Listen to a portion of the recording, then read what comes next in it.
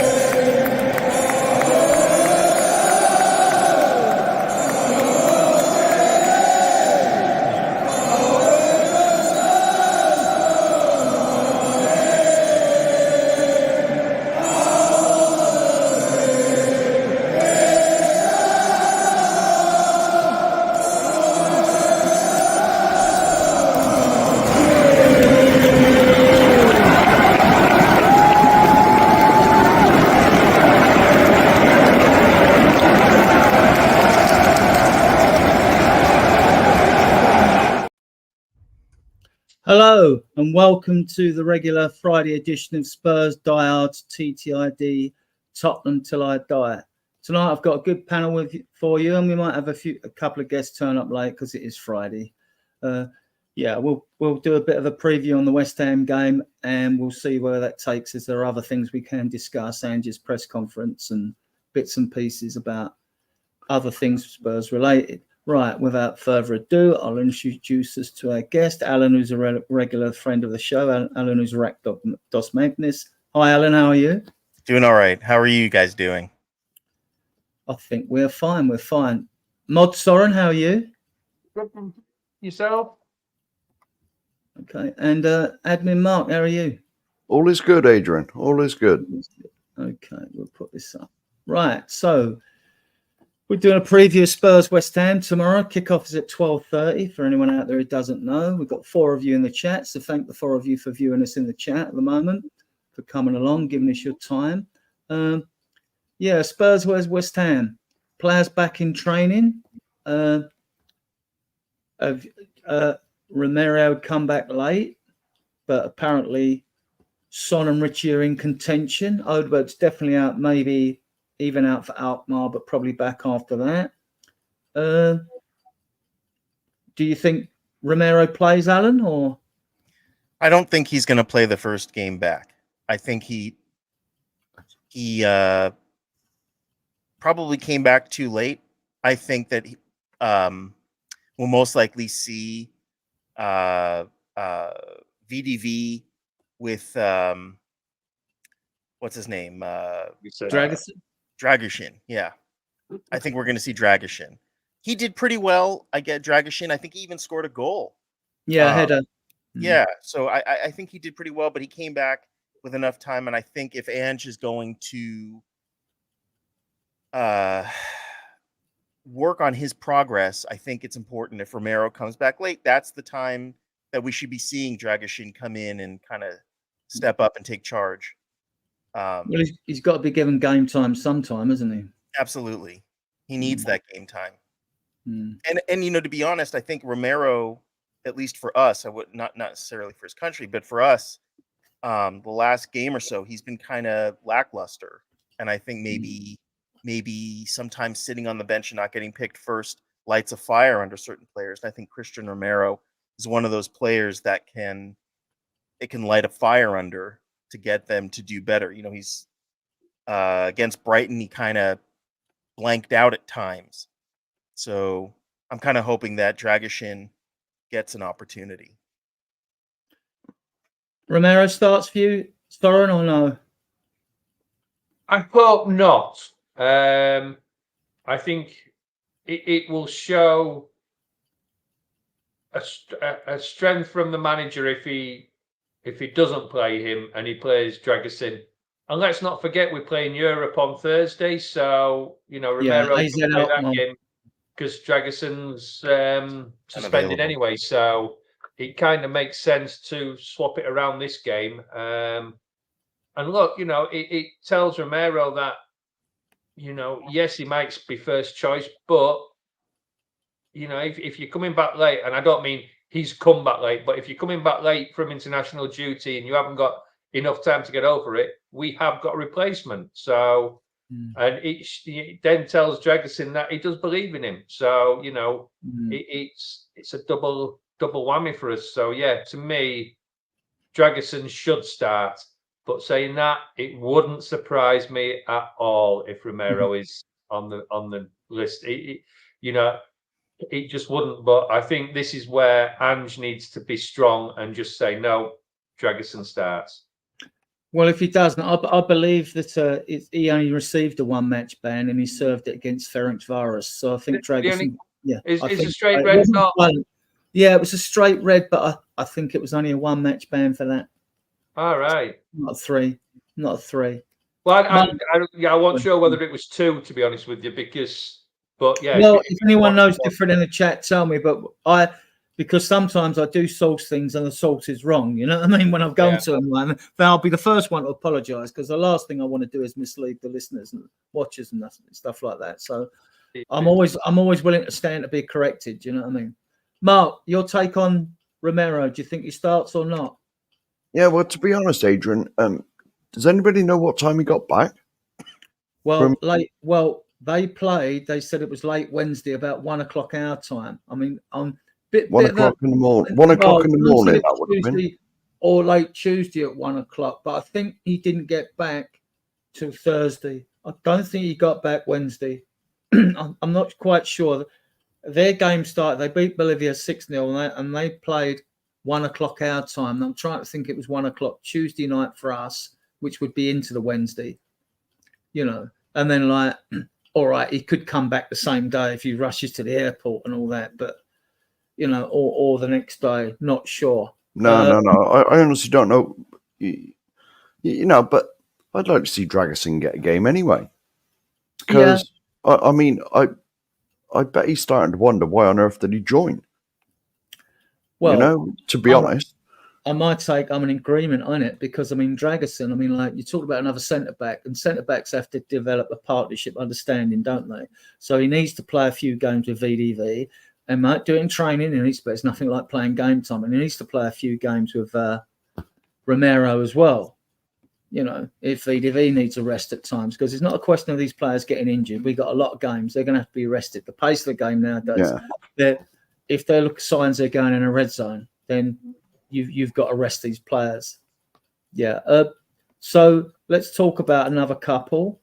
Just jumping in there though, Adrian, isn't this the argument we have when the fan base is screaming out for another top quality centre back, but when we've got one, they're not getting game time anyway. So who's going to come to sit on the bench? It's the same argument we had when we had Kane. Who's going to come and be backup all the time to these two if the manager doesn't show this rotation? He will rotate though, won't he? Because he's not frightened to put young players in. I mean, he's only rotating because he's had to kind of, it doesn't seem that he's inclined to do it for the sake of it. So before I move on, we talk about these two next. Right. I'll stay with you, Soren. Son and Richie in contention. Odegaard definitely out to Alkmaar, or probably the game after Alkmaar, actually. I'll bring up the later fixtures later. But the word is, which surprised me, because I did a pre-match post too early. I've got to start doing them, wait until after Angie's press conference, but it doesn't give me much time to write a post, right? Because these posts can make a fool of me. And this one, I wasn't sure was how fit Son and Richie were, because Son had a slight hamstring. Richie's had a calf injury. But apparently it's come out today that Richie's been ready for over a week because they wanted to make sure he was going to take a backward step if he was brought in. So what they're virtually saying is Richie could have played at Brighton, So looks like he's ready. And Son again looks like he's ready. So Do you think either of them start? I think if either of them are going to start, it's going to be Son, and it just depends how fit Son is. To me, I think I would put them both on the bench. I can't see Richie starting in front of Solanke unless Richie starts on the left. That's the only way I see it, which is a possibility. I mean, you know, if Richie's further on than Son, say, then why not put Richie out on the left? Or put, I mean, I won't want to put Brennan Johnson on the left because, you know, the way he's playing at the moment, you keep him on the right. But I'll be surprised if either starts. It wouldn't surprise me if Werner starts on the left and Brennan Johnson on the right and Solanke up front. If, you know, no change from the last game. Yeah. On that, Alan, do you think that? But do you think there's a possibility there'll be sacrificial lambs after us blowing that second half against Brighton? Do you think he will make changes? I mean, I do. You know, I think in Ange's one of his interviews, he was saying that he was very angry after the Brighton loss, but that he didn't feel that it was the right time to really lay the hammer down at the time because he knew we were heading into international break, and within a couple of days, everyone was going to be off to their respective teams. So he was going to wait until after they came back. And I think dropping the hammer on, let's say, Werner for his poor performances, plural, I could see, and because he's our captain, I can see Son starting. They're just, again, with regard to Dragishin, I think Dragishin will start over Romero because Romero had a very poor half against Brighton. There's at least one goal where he was culpable because he just wasn't marking, kind of turned off. And I think, again, when you're team leadership, you don't have that luxury. If you decide you want to be part of the leadership, you really should be stepping up and not turning off, whether they like that or not. And I think Richie will also come in because I'm wondering what's going on with Richie because, you know, there were rumors that he was going to, Saudi Arabia had come in for him. There were questions about his mental health. But I think he's been on the bench and out long enough. We need to start playing him. So I can see him on the bench, and I see Son starting.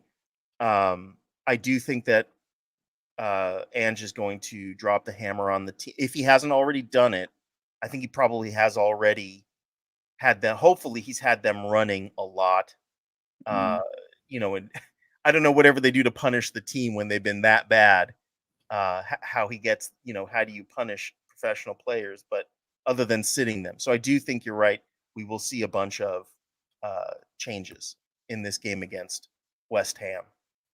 Mark, go on. Sorry. I was just going to jump there quickly and say the thing is with that the mistakes were all made really by our defensive players and Bentancur. So in that sense, dropping the front three would be a little more unfair and putting the blame on them because, you know, it wasn't their mistakes that led to the goals. So they... Oh, no, you're right. Yeah, Werner had quite a decent first half. I mean, yeah, second half he was certainly dead. Same with Brennan. But yeah, I think with that, I think the same as what I said earlier. It'll be Solanke will start tomorrow and Richie will start on Thursday. I think you're right, and I agree with you. Like Brennan Johnson, I think, you know, he scored for Wales. He's been great. I don't see him getting dropped anytime soon. If he's willing to forgive all of the crimes that Werner commits, I don't see how we almost ever drop Brennan Johnson. But I do think that maybe in the midfield he'll make some changes, and I think in the back he'll make some changes. Yeah, I'd like to see Spence. I would love to see Spence. I'll come to that. My take on the Brighton game, we don't want to, you know, chew that piece of chewing gum. We've always chewed it to death already. It's got no flavour left in it. But if you want it to be super critical about all the goals, one, you could say, well, Porro stops the cross before it comes to you, doggy. So you could partly blame Porro. then you could blame you doggy. He should have done better there. He got his feet in a tangle. Should have done much better. The second goal, you doggy made a passive attempt because he's behind the player. His positioning's bad, right? And then VDV. Now, when you start criticising good players, the fan base tend to come at you, right? But he was at fault as well there, right? Yep. On the third goal, as you rightly said, if you want to lay the blame, Bentishaw should have got quicker to the byline. And when the cross come over for Welbeck, you could say, well, hang about, Romero should have been expecting that and moved in to cut the cross out. So we'll all admit that you doggy was awful. So, Mark, would you drop you doggy for West Ham? Right, I'm just going to go back to the chat. I'm just going to go back to the chat because Alan's put a comment in here about the red card. Allegedly, it is only one. Yeah, I was going to say I've just Googled it and it says one. Yeah. Yeah, I looked for it and it said one, but yeah, I haven't got double, treble, quadruple sauce things. You know what I mean? At times, you sort of take it for granted. If they're not pretty good sauce, you usually go for granted. But like Google doesn't lie anyway, does it? It's not. No, but like, well, to be honest, you doggy, it sort of shows up what we should have done in the summer. Yeah, evening, Graham. It sort of shows up what we should have done in the summer because we were all crying out that we wanted the left back. Yeah, you know, I know Davis is there. I know Davis is there, but I mean, I've always rated Davis. You know, I mean, he's always 6, 7 out of 10. He's never a 9 or a 10, but he's never like a 2 or a 3, is he? He's just sort of Mr. Consistent. It's dependable. Yeah, always does his job, but he's one of them sort of 6 out of 10 players. Yeah. Always gives a 6, never an 8 or a 9, but never a 2. You know, you can rely on him. You know, but so I mean, with Spence, if you wanted him to play, where do you want him? That's not his position. Yeah, I Spence instead of Porro. Yeah, but that's his natural position. He's a right back. Yeah, my take is our best 2 players this season have been Porro and Decky. Yeah, I mean, I agree with you, but you know, if we are gonna he did play 2 games for Spain. He has played 2 games for Spain, Porro. Yeah, but you know what I'm saying is though, if we're gonna say to these players, look, if you cock up like this, there are players waiting to come in, and I mean, look, I am one of Porro's biggest fans. Don't get me wrong. I love the guy. I think he's brilliant for the club. But he was at fault for a couple, you know, he wasn't great in that match. Well, you know, we've got Jed Spence there and that's his position. And to me, Jed is probably a better defender than Porro. I would, you know, Porro is fantastic going forward. A little bit like Udogie. Brilliant going forward, not so strong in the defence. To me, Jed Spence is a little bit more defensive, but he's very good still going forward. So why not give him a chance? You know, he's young and he's got to prove something. And if we can't play him in Europe, then this is again the opportunity to put Jed Spence on the right and leave Porro to get a rest and come in on Thursday. Okay, Alan. Are you happy with Spence being given a new contract? I am.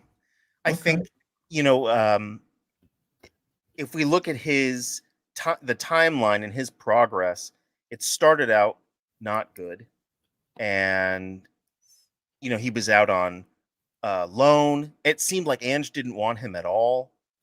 And I think people were referring to it kind of as a Levy signing.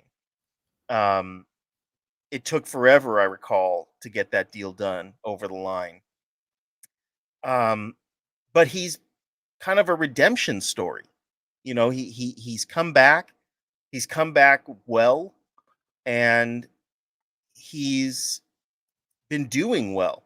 I think, you know, that he's got some things to work on, but I think overall he's been doing very well, and we need to reward people who work hard to get back into the lineup by giving them some game time. And he's already been robbed of Europa because he wasn't named in the squad.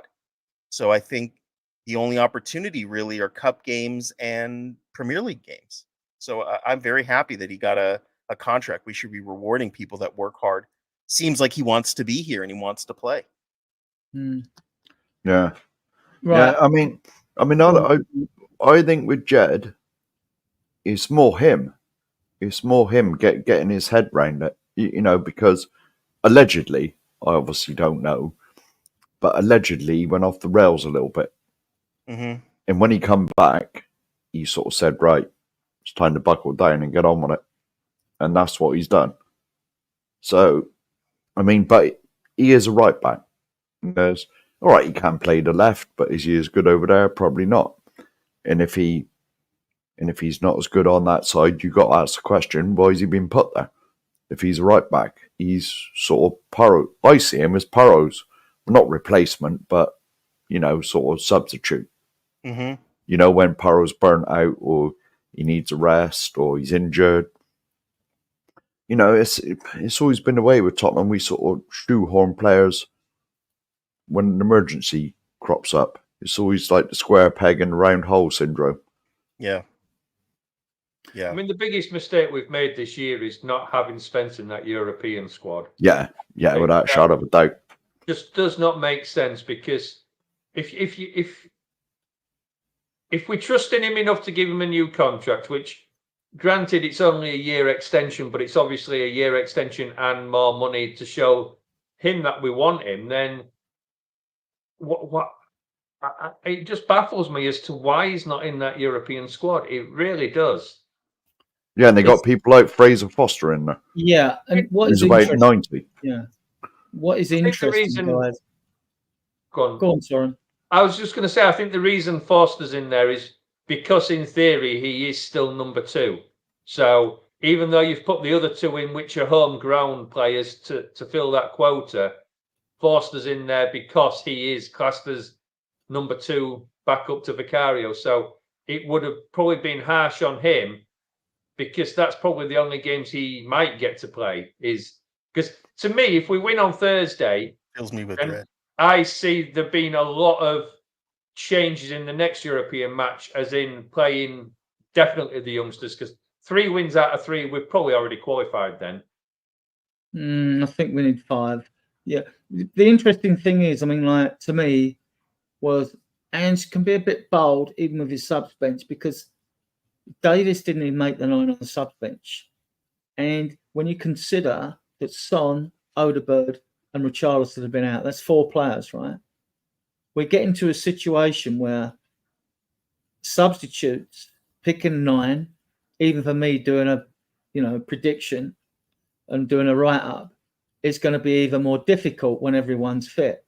I mean, but because we seem to have a glaring hole at left back, if Udogie's not on point, and he hasn't been on point this season. I thought he got his mojo back at Man United, but let's be fair, he was getting it back. He didn't have a proper pre-season. He had that injury.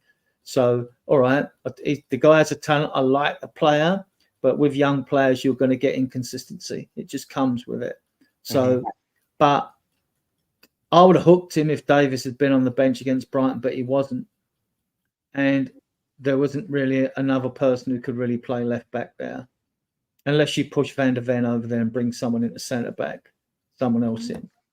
So, and do you think it'll be so, Soren, do you think it'd be an insight in Angie's mind when everyone's fit to see who the 9 are on the bench and who the 5 are left out of the matchday squad?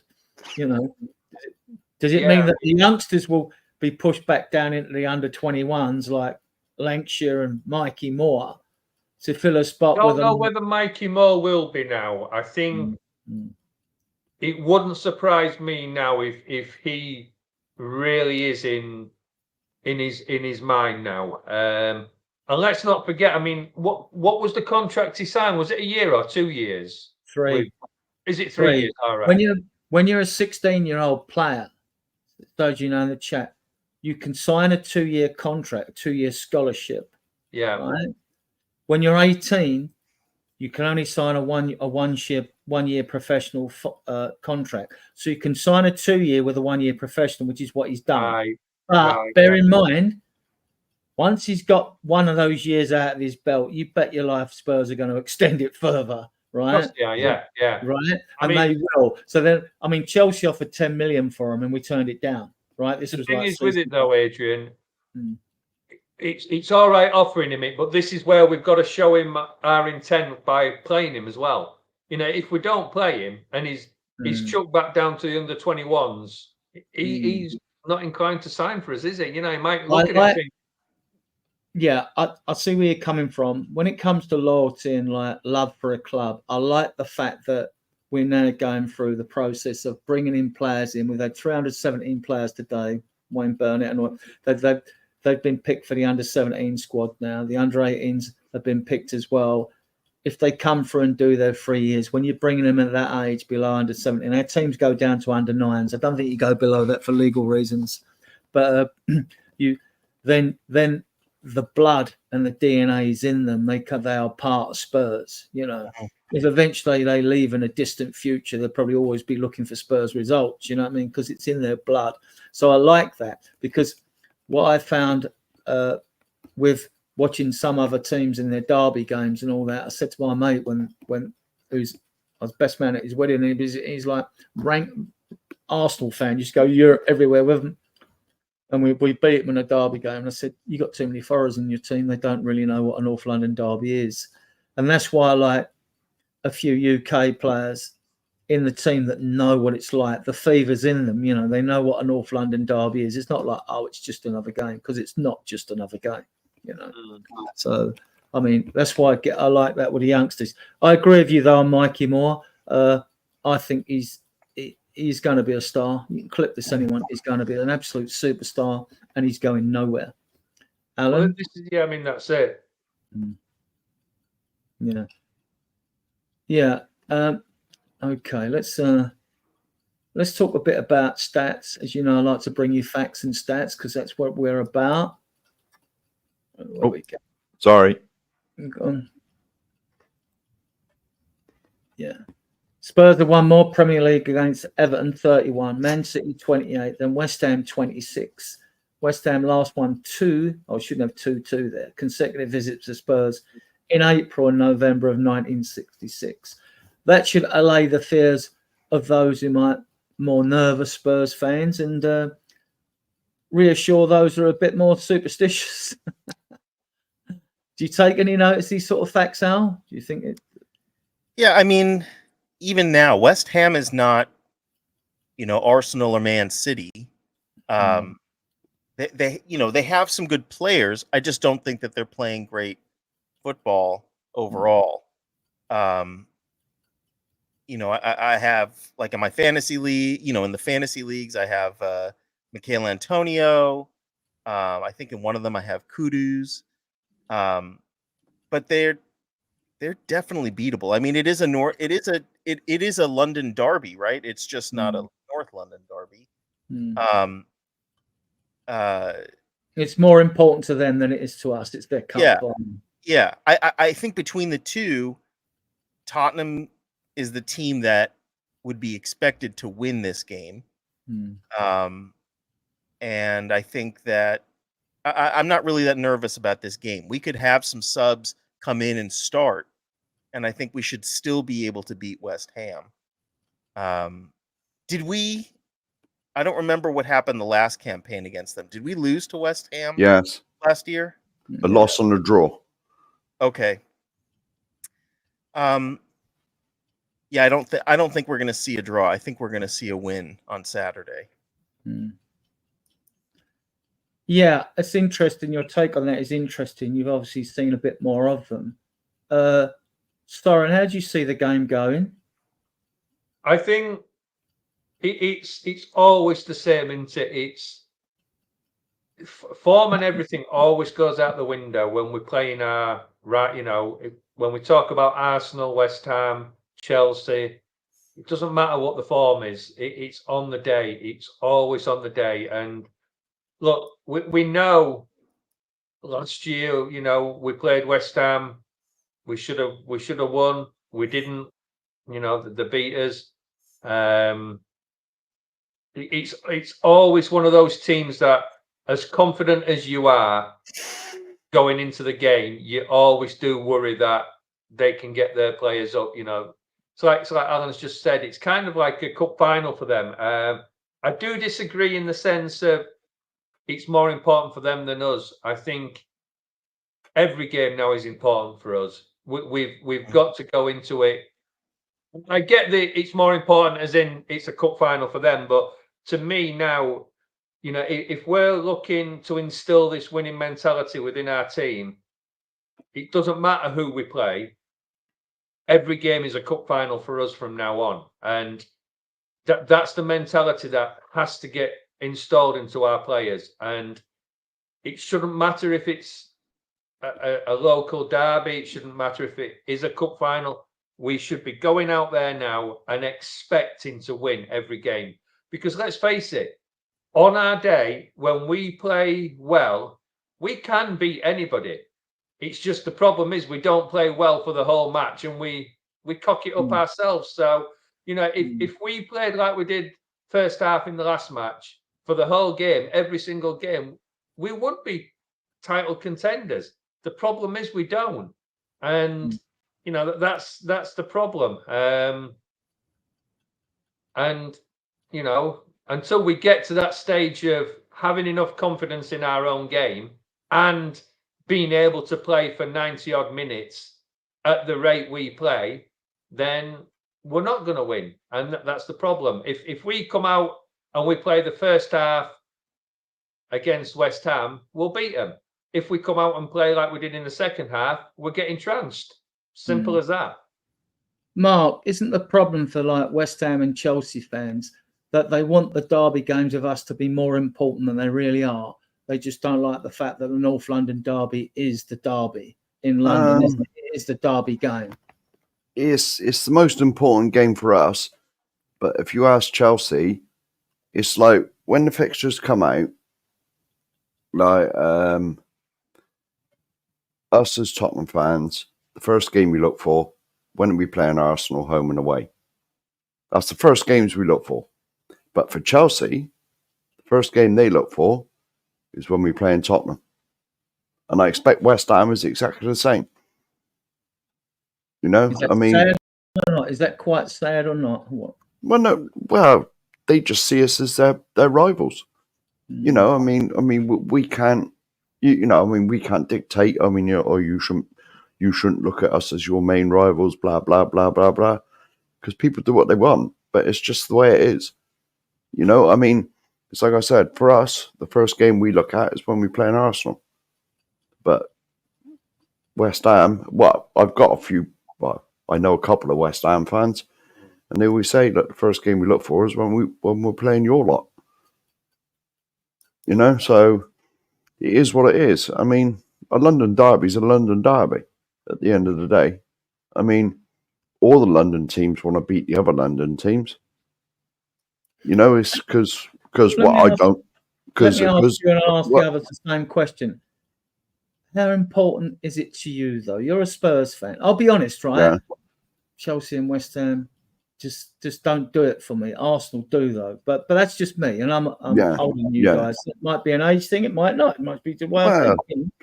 Well, to be honest, like as a Spurs fan, I want us to win every game, no matter who it's against. Are we going to? No. But like, it doesn't matter where you live in the country or the world. I mean, you're going to know, like, you know, supporters of like other teams. I mean, it's like I said, I know a few West Ham fans. I know a few Chelsea fans. And they give me they give me far more stick than I give them because we never beat them. You know, so it's just one of them things. You just got to, like, hope we win and then you can sort of message people. So how do you rate the importance of the West Ham and Chelsea derby, Soren, then compared to Arsenal and us? Chelsea, I think, is up there for me. West Ham, I don't hold it as important as the Arsenal and the Chelsea matches. They're the two. Look, I mean, it's same as Mark's just said. I want to win every game. It's you know, every game is important. But if you said, you could only win 2 matches this season. Which 2 are they going to be? I'm going to pick Arsenal and Chelsea. You know, if we lose to West Ham, we lose to West Ham. I hate losing to Chelsea and Arsenal. You know, I'm sick of it. But yeah. What about you, Alan? Because you live in America, so maybe you have a different perspective on this, right? Yeah, I mean, I guess I just, other than Arsenal, that's because everyone else, you know, I think as a fan base, we look at Arsenal as the team that we're most rival with. But when it comes to the other London teams, you know, West Ham, Fulham, Chelsea, I don't look at them like I just look at them for the team that they are. I'm most afraid of the Chelsea game, I think. Chelsea is a team that has thrown a lot of money into their team, and they're doing pretty well. And historically, we haven't done that well against Chelsea. So I'm most nervous about the Chelsea game, but I don't think of it like the North London derby. It doesn't resonate the same for me. Steve D's correct here, Mark, but for me, I think it's you. Surely, this and he's correct there as well. Well, yeah, but that one, okay, but surely it's more about, this isn't about trophies and the fact that Chelsea have won more with all that Abramovich money, or Arsenal have done better than us. They won the FA Cup with Arteta and all that. This is more about rivalry, isn't it, than it is about trophies, isn't it? Surely that's what it's about. Yeah. But I agree with Steve. To be honest, I really do detest Chelsea, just for their fans, the way their history only started in 2003, whenever it was Abramovich come in. Yeah, I just don't like them, honestly. And I'm like Alan as well. I hate it when we're playing Chelsea. Hate it, because I know if we lose, my phone's going to light up. I'm getting messages from everywhere. I just turn it off, to be honest. Just turn it off and hope it all goes away. More about rivalry to you as well, Soren, than anything else.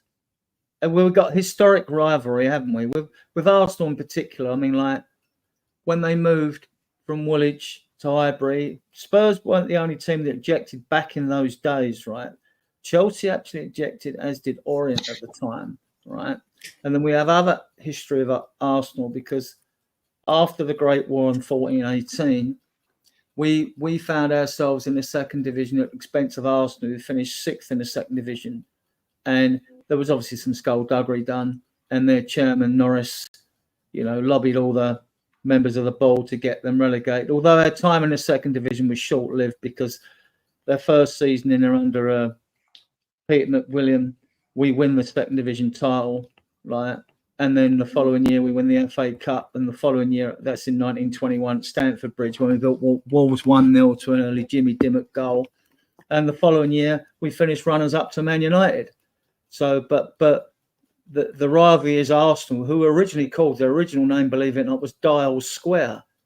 The geometric name they had, they were Royal Arsenal, Woolwich Arsenal, and Arsenal, and now they've moved like a few times. That's why we like to banter them with like Woolwich Wanderers and things like that, So, but there's more history with us and Arsenal than there is with Chelsea and West Ham, isn't there?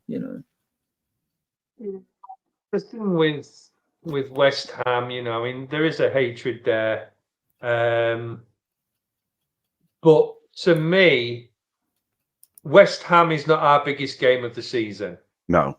We might be West Ham's biggest game of the season. That's the difference. They look at us, and they look at us the same as we look at Arsenal, in my mind, that we just hate losing to Arsenal. They do not want to lose against us. They probably fear losing against us more than we fear losing against them. And yeah, I get, any London team that we lose against is not a good day at the office. Doesn't matter who they are. We don't want to lose against any of them. And, we should be looking at this game and thinking we're not going to lose. We're going into it and, look, we're not going to lose. Simple as that. We're not going to lose. We're not going to lose, please. Yeah. Alan, I mean, I don't know how familiar are you with Spurs history. I suppose as the years go by, you've got to develop an understanding of our rivalry of Arsenal, Chelsea, and West Ham. Rivalry for you? Do you feel that rivalry in America? Not with Chelsea, not with West Ham. It's with Arsenal, I think. And I think maybe that's I don't know if it's more recent or if it's always been that way. It just seems like recently that's what people focus on, the North London derby. That's the big game. I think people tune in to watch shows for that more. Rivals do as well. But I think if we're looking just as fans, Chelsea, I'm just afraid. I mean, Arsenal's a great team right now, and I think Chelsea very soon will be up there with them as well. They've made a lot of changes, and I think they're just firing on all cylinders. I think Chelsea plays Liverpool, I think, coming up on Saturday or Sunday. I think they'll probably tie if they don't beat Liverpool. I just think that they're doing very well. Has West Ham really ever been considered a real rival of Spurs? Well, they're a London club. No, they had their most successful period, didn't they, in the World Cup in '66 when they had 3 players in the winning side. And then in '65 they won the Cup Winners' Cup, and I think in '64 they won the FA Cup, I think. I mean, I shouldn't be an expert on West Ham's history. And then in 1980, before our team of the 80s, I think they won the FA Cup the year before. 1980. Yeah. Trevor Brooking. They haven't won, and obviously they recently won the Conference League, which is a trophy. I'd have took it, being a Spurs fan. So, let's be fair on that. So they've got. I mean, all fans think their fans are the best in the world, and that the club's history is fantastic and all that. That's normal, But I guess as an outsider, without that pedigree of growing up with Spurs, I think with my limited exposure over, what are we in 24? So I've been supporting them since 2009. So it's but it's not like 60 years, or my parents know nothing about Spurs. So really, how many years is that? What's that? How many years is that you've been supporting them then? Well, I did it since 2009. So 15 years. Yeah. See, you get less for murder, Alan. You know it, didn't you? You must be out by now. You'd be on parole, yeah. Right, I've got Mark. You got anything to say to that? I want to add this stat, right? Okay, I like to bring stats to the table. So West Ham sit 12 in the table, 8 points. They've played 7, won 2, drawn 2, and lost 3. Spurs sit 9th on 10 points, having played 7, won 3, drawn 1, lost 3. West Ham has scored 10 and conceded 11. They've got a -1 goal difference. Spurs have scored 14, which is average of 2 goals a game, conceded 8, and got a +6 goal difference. So, having West Ham started very shakily this season, they've been very inconsistent. I don't think Spurs' football has been inconsistent. That the game against Coventry was shocking, and the second half against Brighton was bad. But you don't have 60-odd% in most of those games if you're playing badly. Soren, what's your take on? Have you seen much of West Ham this season? What do you think of their form coming into this game? West Ham are always one of those teams that are up and down all over the place. But again, let's reiterate, it doesn't matter about form when it comes to derbies. They could have lost every single match this season, and coming into that game tomorrow, they would still be that little worry in the back of your mind as a Spurs fan. that they're going to do it. So, I don't look at the stats when it comes to these matches. And I try to take every match. If you come up against a team that's absolutely tearing it up, then you do start to think, we're in a bit of trouble here. But West Ham can be beaten, and it's down to us. Teams aren't necessarily coming to us and beating us. We're kind of beating ourselves, and that's the problem. I mean, you look at the last match, and first half, we played them off the pitch. We absolutely played them off the pitch. Second half, we made mistakes. We shut off and made mistakes, and that's why we lost the match. It was stupid, typical errors by players that, without those errors, we wouldn't have lost the game. So against West Ham, we cannot afford to make those errors. If we don't make the errors and we play our game and we're solid enough, we will win. It's as simple as that. Alan? One thing I noticed about West Ham over the years is they're always a very physical team.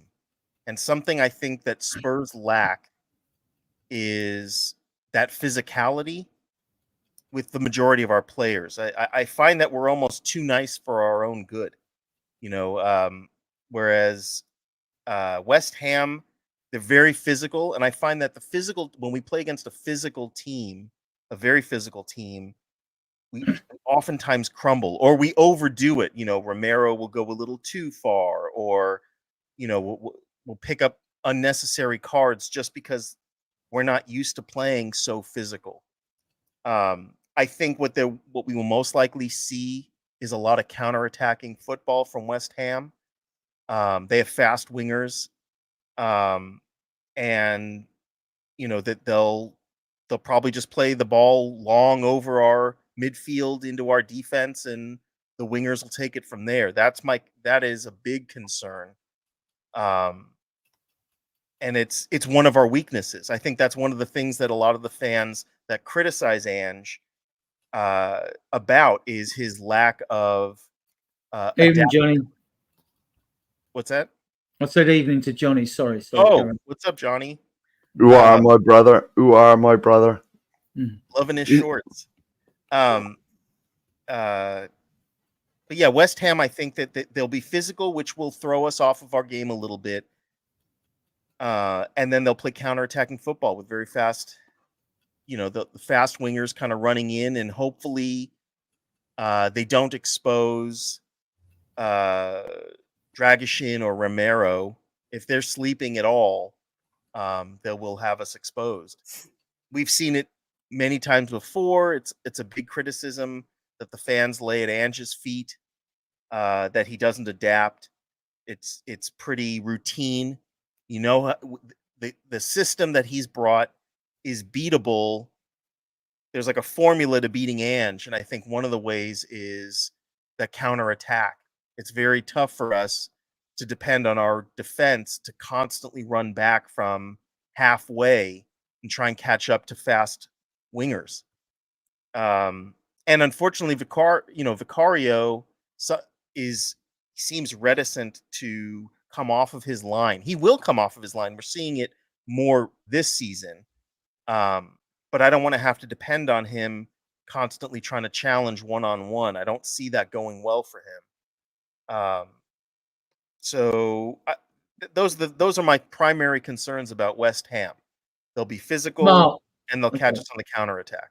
Mark, so Alan alludes to the fact, I think, that are we just flat track bullies? When we're playing good football, it works, but when it gets too physical, we fold?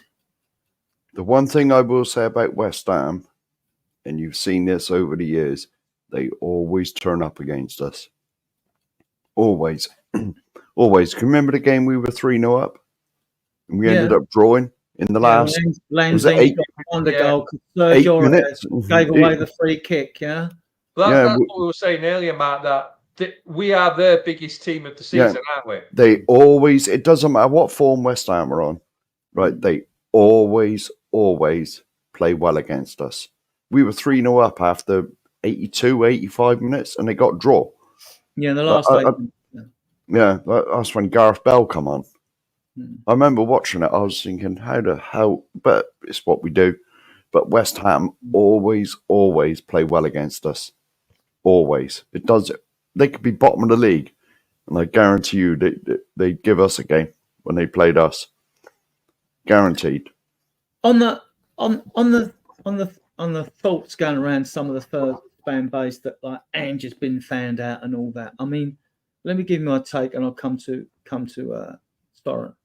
I mean, we know the high press, and Alan's alluded to it a moment ago as well. We know in a high press, the basic idea in a high press, whether you're playing the Ange system or any high press system under Poch, right? Your centre forward occupies their two centre backs. Your two wide wingers, they occupy their fullbacks, right? Your midfield marks up with their midfield. Your two fullbacks mark their wingers.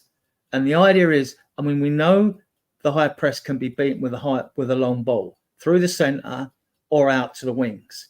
But you're reading that and you train for that. That is the way you beat it. When they say like, we've been found out, I don't go with that because it's the way everyone tries to play against a high press to get out. But the point of doing that and putting that press on is to set traps for the opposition.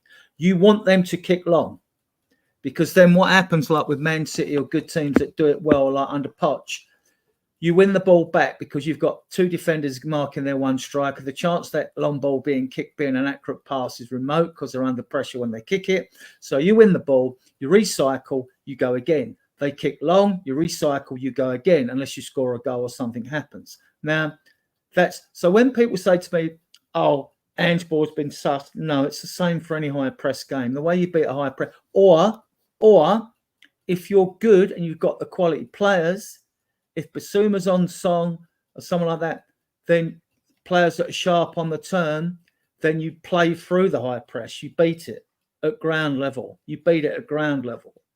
But like it can work sometimes, and sometimes when it doesn't work, that's when you get most teams kick long, right? Soren, do you think the system? Do you think Ange has adapted this season? I think he has adapted a little bit this season. But I also believe the fact of he believes in the system, and he believes that when the system is played to the way he wants it to play, then we can win. And we've shown that, you know, when we do play and we play with conviction, that we are beating, you know, we're on top. We're beating the teams. The problem is we cannot sustain it for 90 minutes. And it's the old adage, the game's not over till the whistle blows. It's a game of two halves. It doesn't matter which one you want to use. This is the problem with Tottenham. When we're on our game and we're playing, we can win any game. The problem is we don't hold it for 90 minutes. And until we hold it for that, for the full match, this is going to be the same.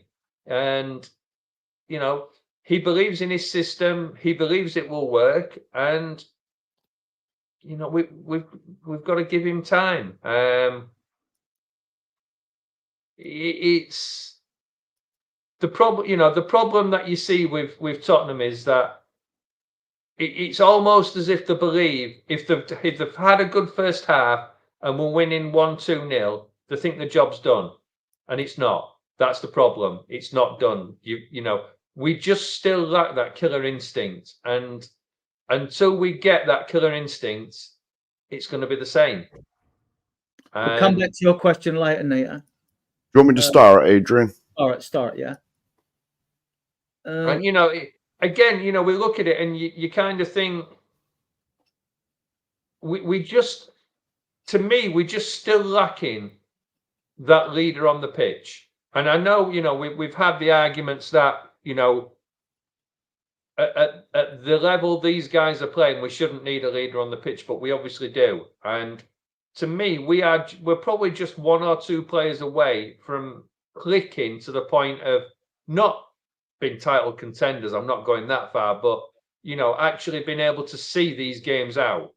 And that's all we need. We just need to see the games out. We get into a good position and then we blow it. But it's not necessarily tactics. It's down to play. It's down to individual errors every single time.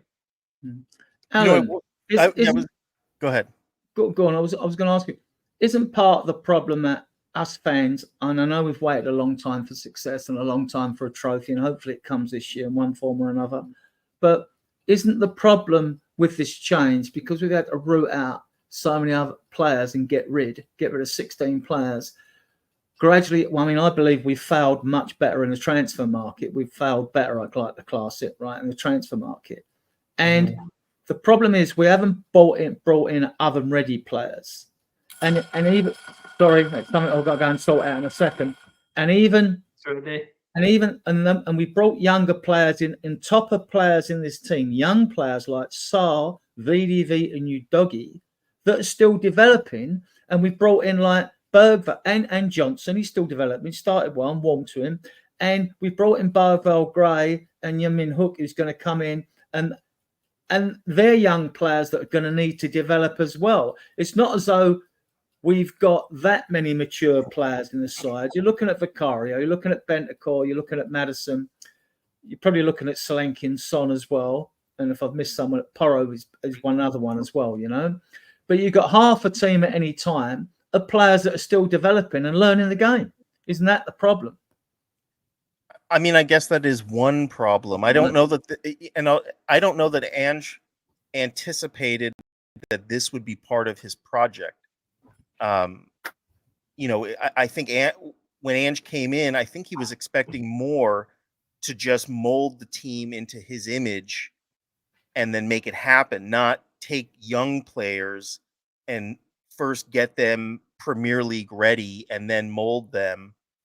I'm not a coach by any stretch of the imagination, but it seems almost like two different issues. One, getting young players to play the way you want them to play and getting them mature enough to know how to play in the Premier League. And then there's a whole other situation of getting the team on the same page to play Ange ball system.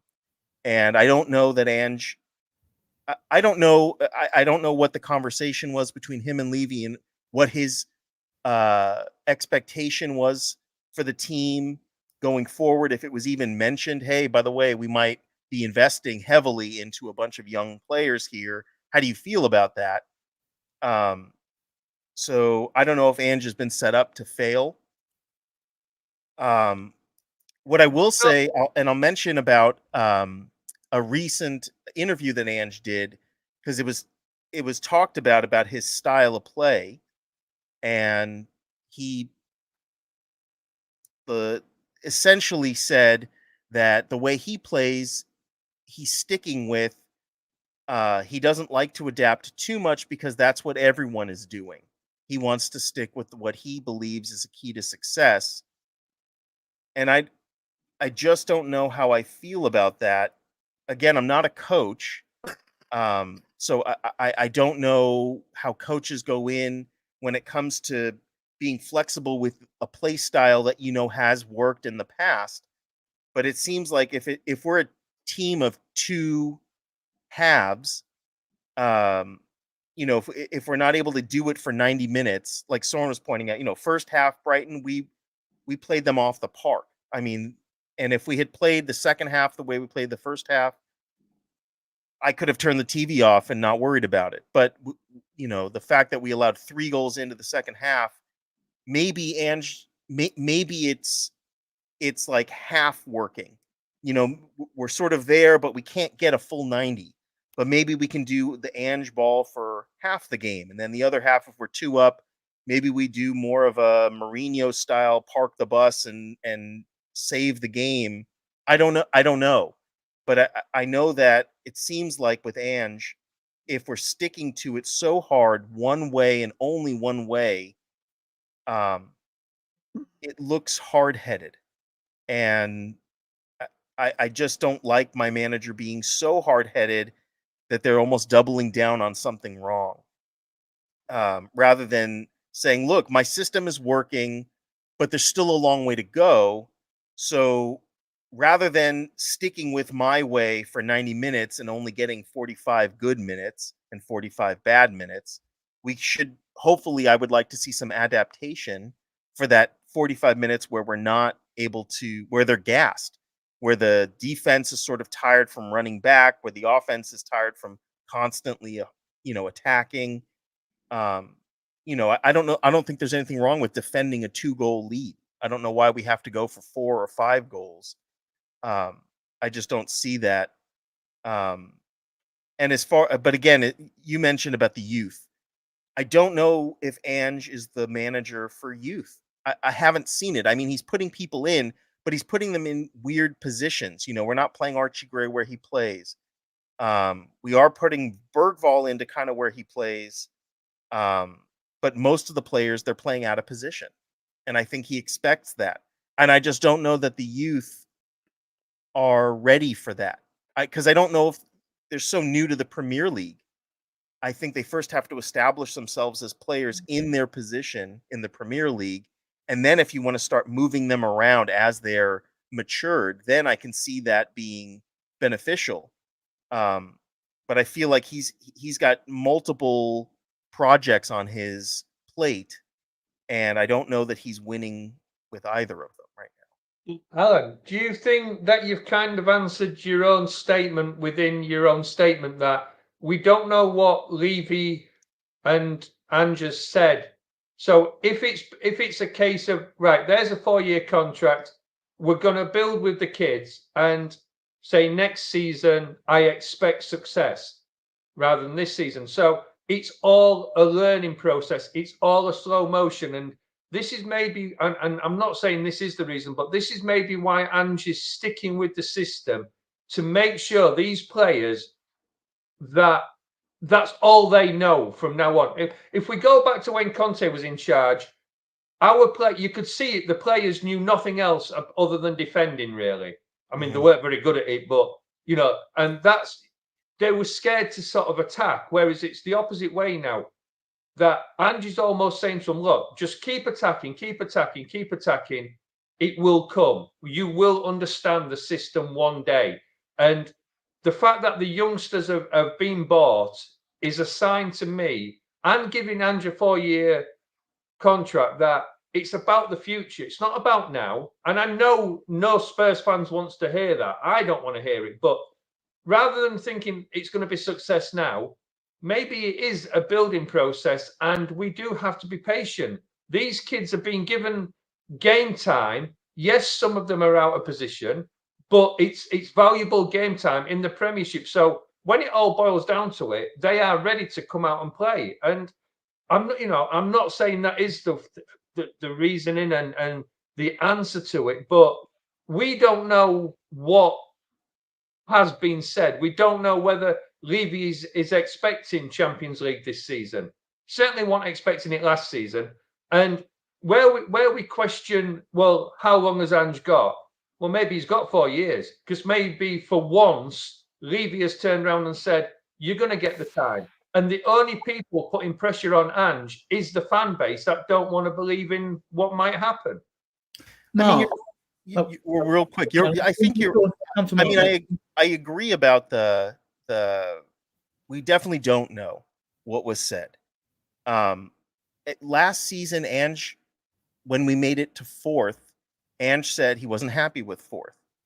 And I think there have been subsequent interviews that allude to a desire to win, to come in first, and he's not happy with just 4th or just making it into the Champions League. He wants to win. He wants to win trophies. He wants to win stuff. So it could be that he's sending mixed messages.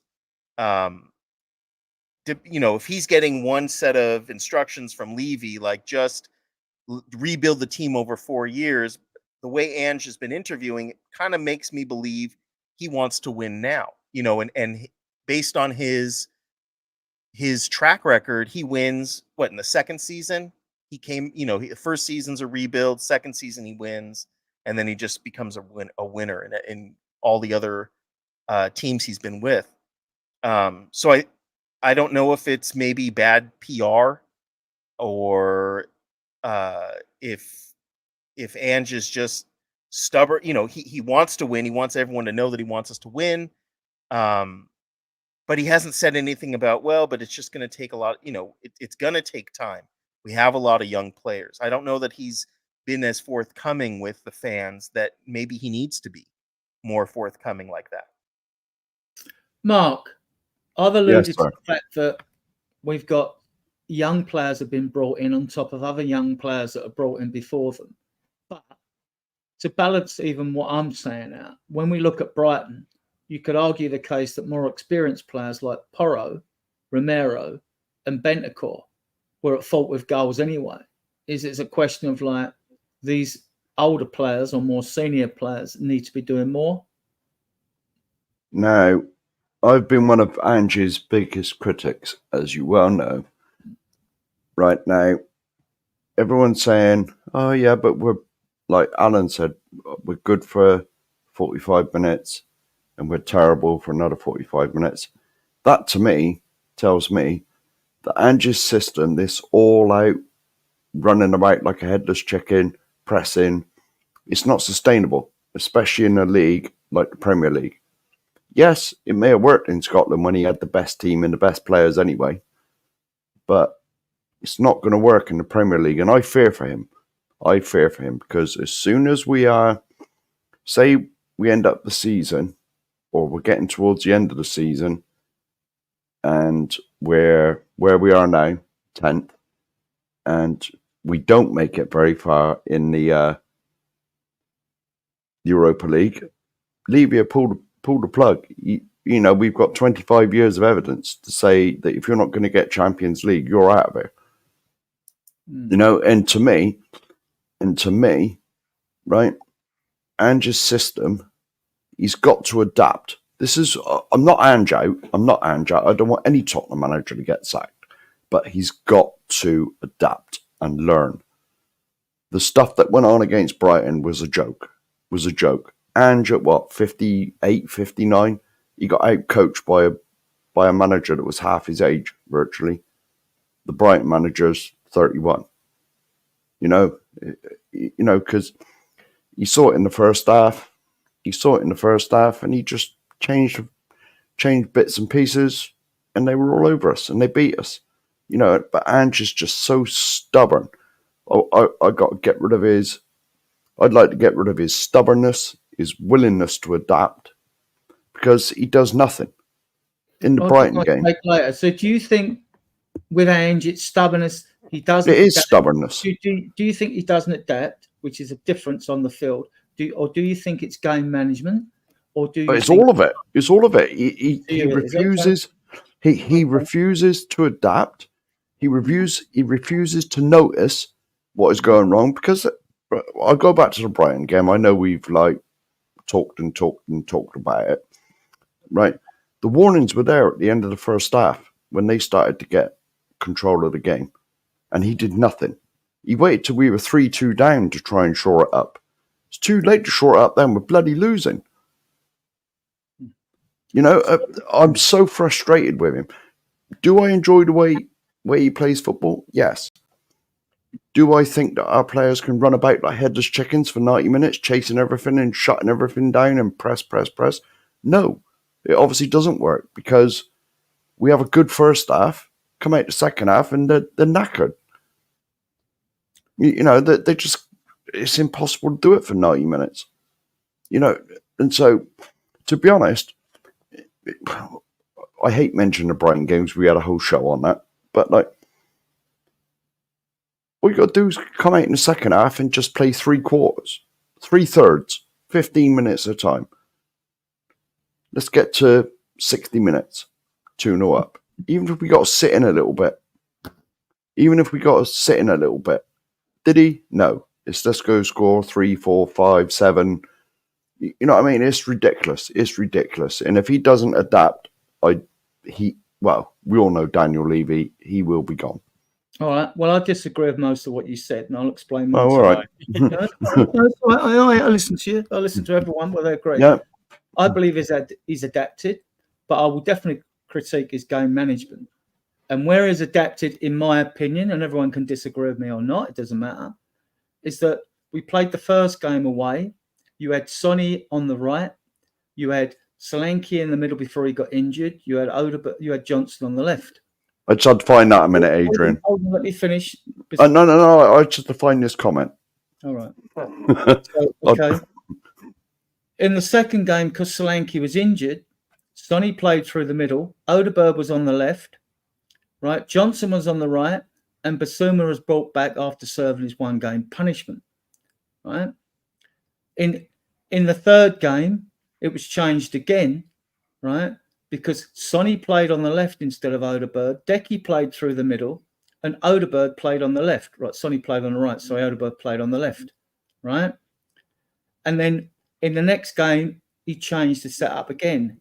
In any of those games, right, there was either 3 players on the halfway line or 4, mostly through the game, no 2.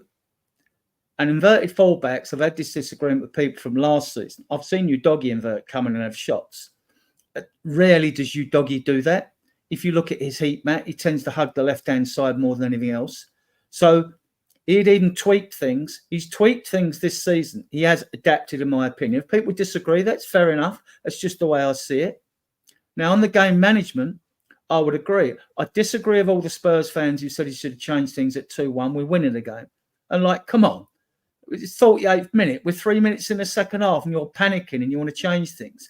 Now, it's great to be a hindsight critic and say change things after 3 minutes in the second half, but I don't agree with that. But that's only my opinion. But on the 58th minute, 10 minutes late, when we conceded the goal, yes, he should have changed things. Then he should have changed things. That's when I critique him. We've got over half hour to go, 32 minutes plus any overtime. More than enough to turn things around, right? I also didn't agree with part of his press conference. Now, I realise, his blood was boiling. And this is the thing when you're interviewing managers after games. Great if you win, not so hot when you lose. They say things they probably regret they said later on.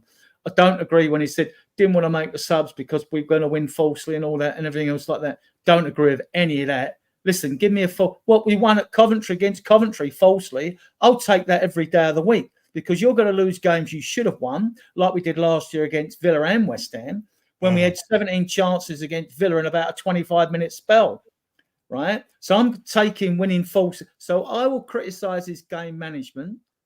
Adapting, I've seen him adapt. He's adapted this season. You've also seen a tweak in midfield where Decky plays more forward and comes in and Maddison plays a little bit deeper. He's getting less man marked because he's not further up the field where the defenders are.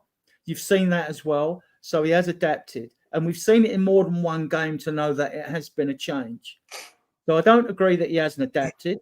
I will critique his game management, but that's me. Soren, do you agree or disagree with me? Or you got your own opinion, obviously? Let's hear it. I agree with little bits from you both. I don't think he was outmanaged. I think he outmanaged himself in the sense of you can't see mistakes from individual players. Had those individual players not made those mistakes, we would not have lost that game. So, in that sense, you can't say it was down to the opposition's manager. Where I think we lost the game, and this is where you both kind of allude to it, and I agree with you, is he just didn't make the substitutions at the right time. I mean, going into half-time, I don't think there's a manager in the world would have made a change to our team. We were on top. We were playing well. Second half, they came at us. We knew they'd come at us. But it was individual mistakes that led to all three goals. It wasn't, we all last season and the beginning of season, we were arguing, we're conceding to set pieces. We're conceding to the long ball. None of the goals were either of those. So change that. It was Porro on the left, Porro on the right, didn't stop the ball coming in, and then Van der Ven cocked it up, and then Udogie made, and then Bentancur wasn't doing his job. So these are individual mistakes from our own players that cost us the game. It wasn't necessarily that, all of a sudden they were far better than us. It was just we cocked it up ourselves. And that's where Ange needs to be questioned upon, and that's where Ange needs to step up for me. Is understanding when, like Mark said and like you said, when the game's starting to get away from us, we need to make those changes. But again, who would you bring on then? Because if you're going to change the game with substitutions, well, you bring Porro off, you bring Udogie off, and you bring Romero off and Van der Ven, because they're the ones who made the mistakes. If they're not on the pitch, then mistakes aren't made. But who could have foreseen that was going to happen? You couldn't. So, well, we bring Werner off. Perfect storm of defensive errors that game, that second half. Exactly. I mean, we bring Werner off. Well, that's not going to stop the goals from going in because he's not the one that made the mistake. You bring Solanke off. Well, he's not the one who made the mistake. So the problem is we can all look back on the game, and it's very easy for us to say what went wrong. And it was I do question footballers' IQ and tactical awareness. Even us amateur players know when things aren't going wrong on a game.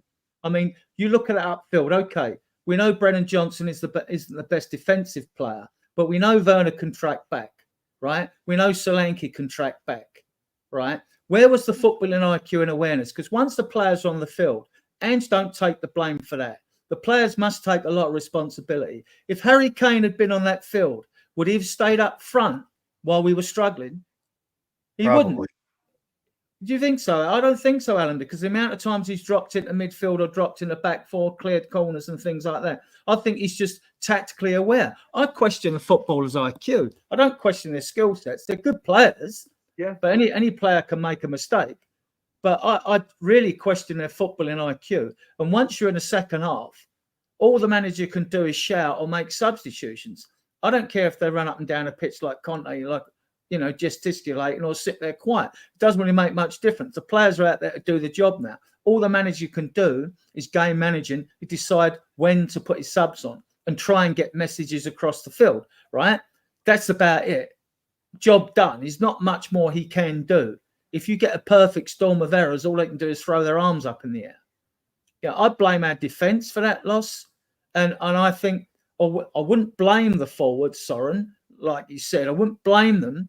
But where's your footballing IQ? Where's your tactical awareness? Why aren't you dropping out to help weather the storm, let us get a grip on a game, and then go again? That is where I critique them. And like I say, I critique Ange for game management on the subs. Should have been on 58, not on 48 minutes. I don't want a manager that panics 3 minutes into a second half and starts changing things. If you're going to do it 3 minutes in the second half, why don't you do it half time? Why don't you do it half time before you come on the field? If you want to make subs, I mean, that doesn't make any sense to me, but it's only my opinion for what it's worth, So, Alan, game management or adaptation, both, Ange gets both wrong, or do you think one over the other, or both, or what? I guess when I talk about adaptability, I guess mostly I'm talking about the in-game management, the seeing the flow of the game and knowing when it's time to make a change to the initial plan of all out. I guess there are a lot. When we say adaptability, it's kind of like an umbrella term, I guess, because as you pointed out, moving players around, getting, is adaptability. And I think what we have seen is when it comes to, and I'll take Kulusevski as an example, when you play players in their preferred best position, they will flourish. And I think Kulusevski is a midfielder, and I think he's been really good. He's the Swedish team captain, and that's not by accident. I think he's done very well, and he's a midfielder. And now I think that we will only ever see him in the midfield, hopefully. But when it comes to his in-game management, we say system. If I think of American football, if certain plays aren't working, your run game is not working, then you have the quarterback start to throw the ball to the wide receivers. In any other game, I would think if one system is working and then it's suddenly not working, to me, adaptability is, okay, we need to change our tactics now. You know, maybe we do need to park the bus for a little while until our defender, you know, maybe we need to do that for a little bit, just until we're more energized again, you know. But I think our players, they're gassed after 45 minutes. And when it comes to substitutions, I mean, I'm 50-50. There are times we've seen his substitutions were perfect. You know, hindsight. You look back and you go, man, I didn't even know, you know, I would never have thought to do this substitution at this time, but it ended up working. Lately, his substitutions have kind of been questionable, but I don't want to get down too hard on him for his substitutions, because I think overall the tactics need to change when the flow of the game changes for us, against us, like in the Brighton game. Do you think, Mark, that game, I mean, we've got rid of Højbjerg and Skip, who did work at times. They weren't ideal, but it did work at times when they brought in. Do you think we're crying out? I mean, I don't like these numbers 6, 8, and 10, because I could give you different definitions and perspectives on what a 6 is, what an 8 is, what a 10 is.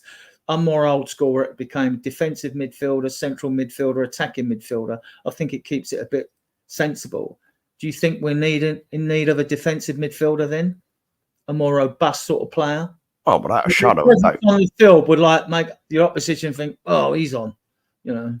Well, to be honest with you, I've been crying out for this, right? If we're going to do this nonsense where the fullbacks disappear and play next to Maddison up the pitch, and we've only got Romero and Van der Ven stood on the halfway line, you need a bloody monster number 6 in there that can sort of drop in and make a back three.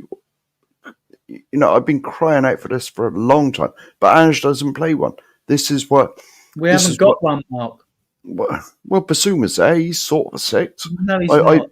Not though. I know he's not, but he could do the job because he's. But the argument there, Mark, and I agree with you. You know, we're crying out for that big number 6. But if we play such a high line, where does the number 6 actually play? Because in theory, when you play, you know, if you're gonna incorporate a number 6, then your back line is a lot further back. And you know, six between them and then the midfield. So if you're all playing up in the other half virtually, where's your number 6 going to play? You might as well go to the other argument of a back three. Knowing Ange, he'll probably be up striker. Well, knowing Ange, just like charge everyone forward, and that's the end of it. Don't worry about defence. On trying to be a number 6 and more defensive, right? Surely we've all seen Bentancur play a more constrained role, right, rather than get forward. To me, he's a number 8. He's a fantastic footballer. I think he's spoilt playing that position. I think he's more another 8. I used to like him when he was on top form, driving us up the pitch. That's the Bentancur I like seeing, right? He is not a number 6, but he's done okay there. And Basuma, you don't know what sort of Basuma you're going to get. You know, again, it's consistent. If all our midfielders are fit, I trust Bentancur to be, well, not now Decky's come into that position, but I trust Bentancur and Decky to give you the most consistent performances throughout the season, right? You could, the creative midfielders like Maddison, they always have a drop-off. Even Ericsson did. We've seen it all before in the past. Like they do. They go for a period when they drop off. And then you need to sub them because they don't give you nothing else. You know, then you've got a hole, haven't you, that needs filling. You need to bring someone on, you know. But Basuma, to me, I'm not. Well, we'll wait. I'm going to judge a lot of these players by the end of the season. Not bring the hammer down, you know. Mark, let's talk about Brennan Johnson, right? JDL. I'm a severe critic of Brennan. I didn't want him at the club when he first came. I've got to admit, I'll hold my hands up. I've warmed to him. You're part of the Brennan Johnson Defence League, aren't you? I started this on Tottenham on Tour, Morning Brews, because there's a Kulu Defence League, and so I started the JDL. And is that it, or what? Are you going to tell us? I was waiting for you to ask me a question. No. Well, when he first come in, now we'll go back a couple of years ago when he first turned up, I was the same as Bobby K. Because I was on Bobby K's stream a lot, and I was saying, just give him time, give him time, give him time. He's still young, he's still young, he's still young. But then earlier this year, I couldn't defend him anymore because he was terrible. But now he's got his confidence. I mean, let's face it, what happened with him with his social media should never happen to anybody. But now he's got his confidence back and he's scoring. Yes, like long may it continue. Long may it continue. Here we go. Nige knows. Nige knows. Soren, when he first came, Ange was brave. We know he should have been drip fed into the squad, but we had a lot of injuries last season. But to throw him in the Arsenal away game to make his debut in the North London derby away, a game we should have won, Ange showed a lot more confidence in Johnson than I had, I've got to be honest. Was you a fan of him coming in? Well, maybe Ange knows a little bit more than the critics that are out there that want to just bash Brennan Johnson for whatever he does. So, he sees him every day on the training pitch. He sees what he can do. So to me, that means, he's a better judge than what the rest of us are. Look, I mean, I think with Brennan Johnson, there's two parts to his game. And when you play a system like we play, both sides to the game have to be done well. Brennan Johnson going forward, when he's got his confidence, he's good. He can be lethal. And I think it was this show a couple of weeks ago, we said who's going to be the top scorer, and I said Brennan Johnson. So far, I'm doing well.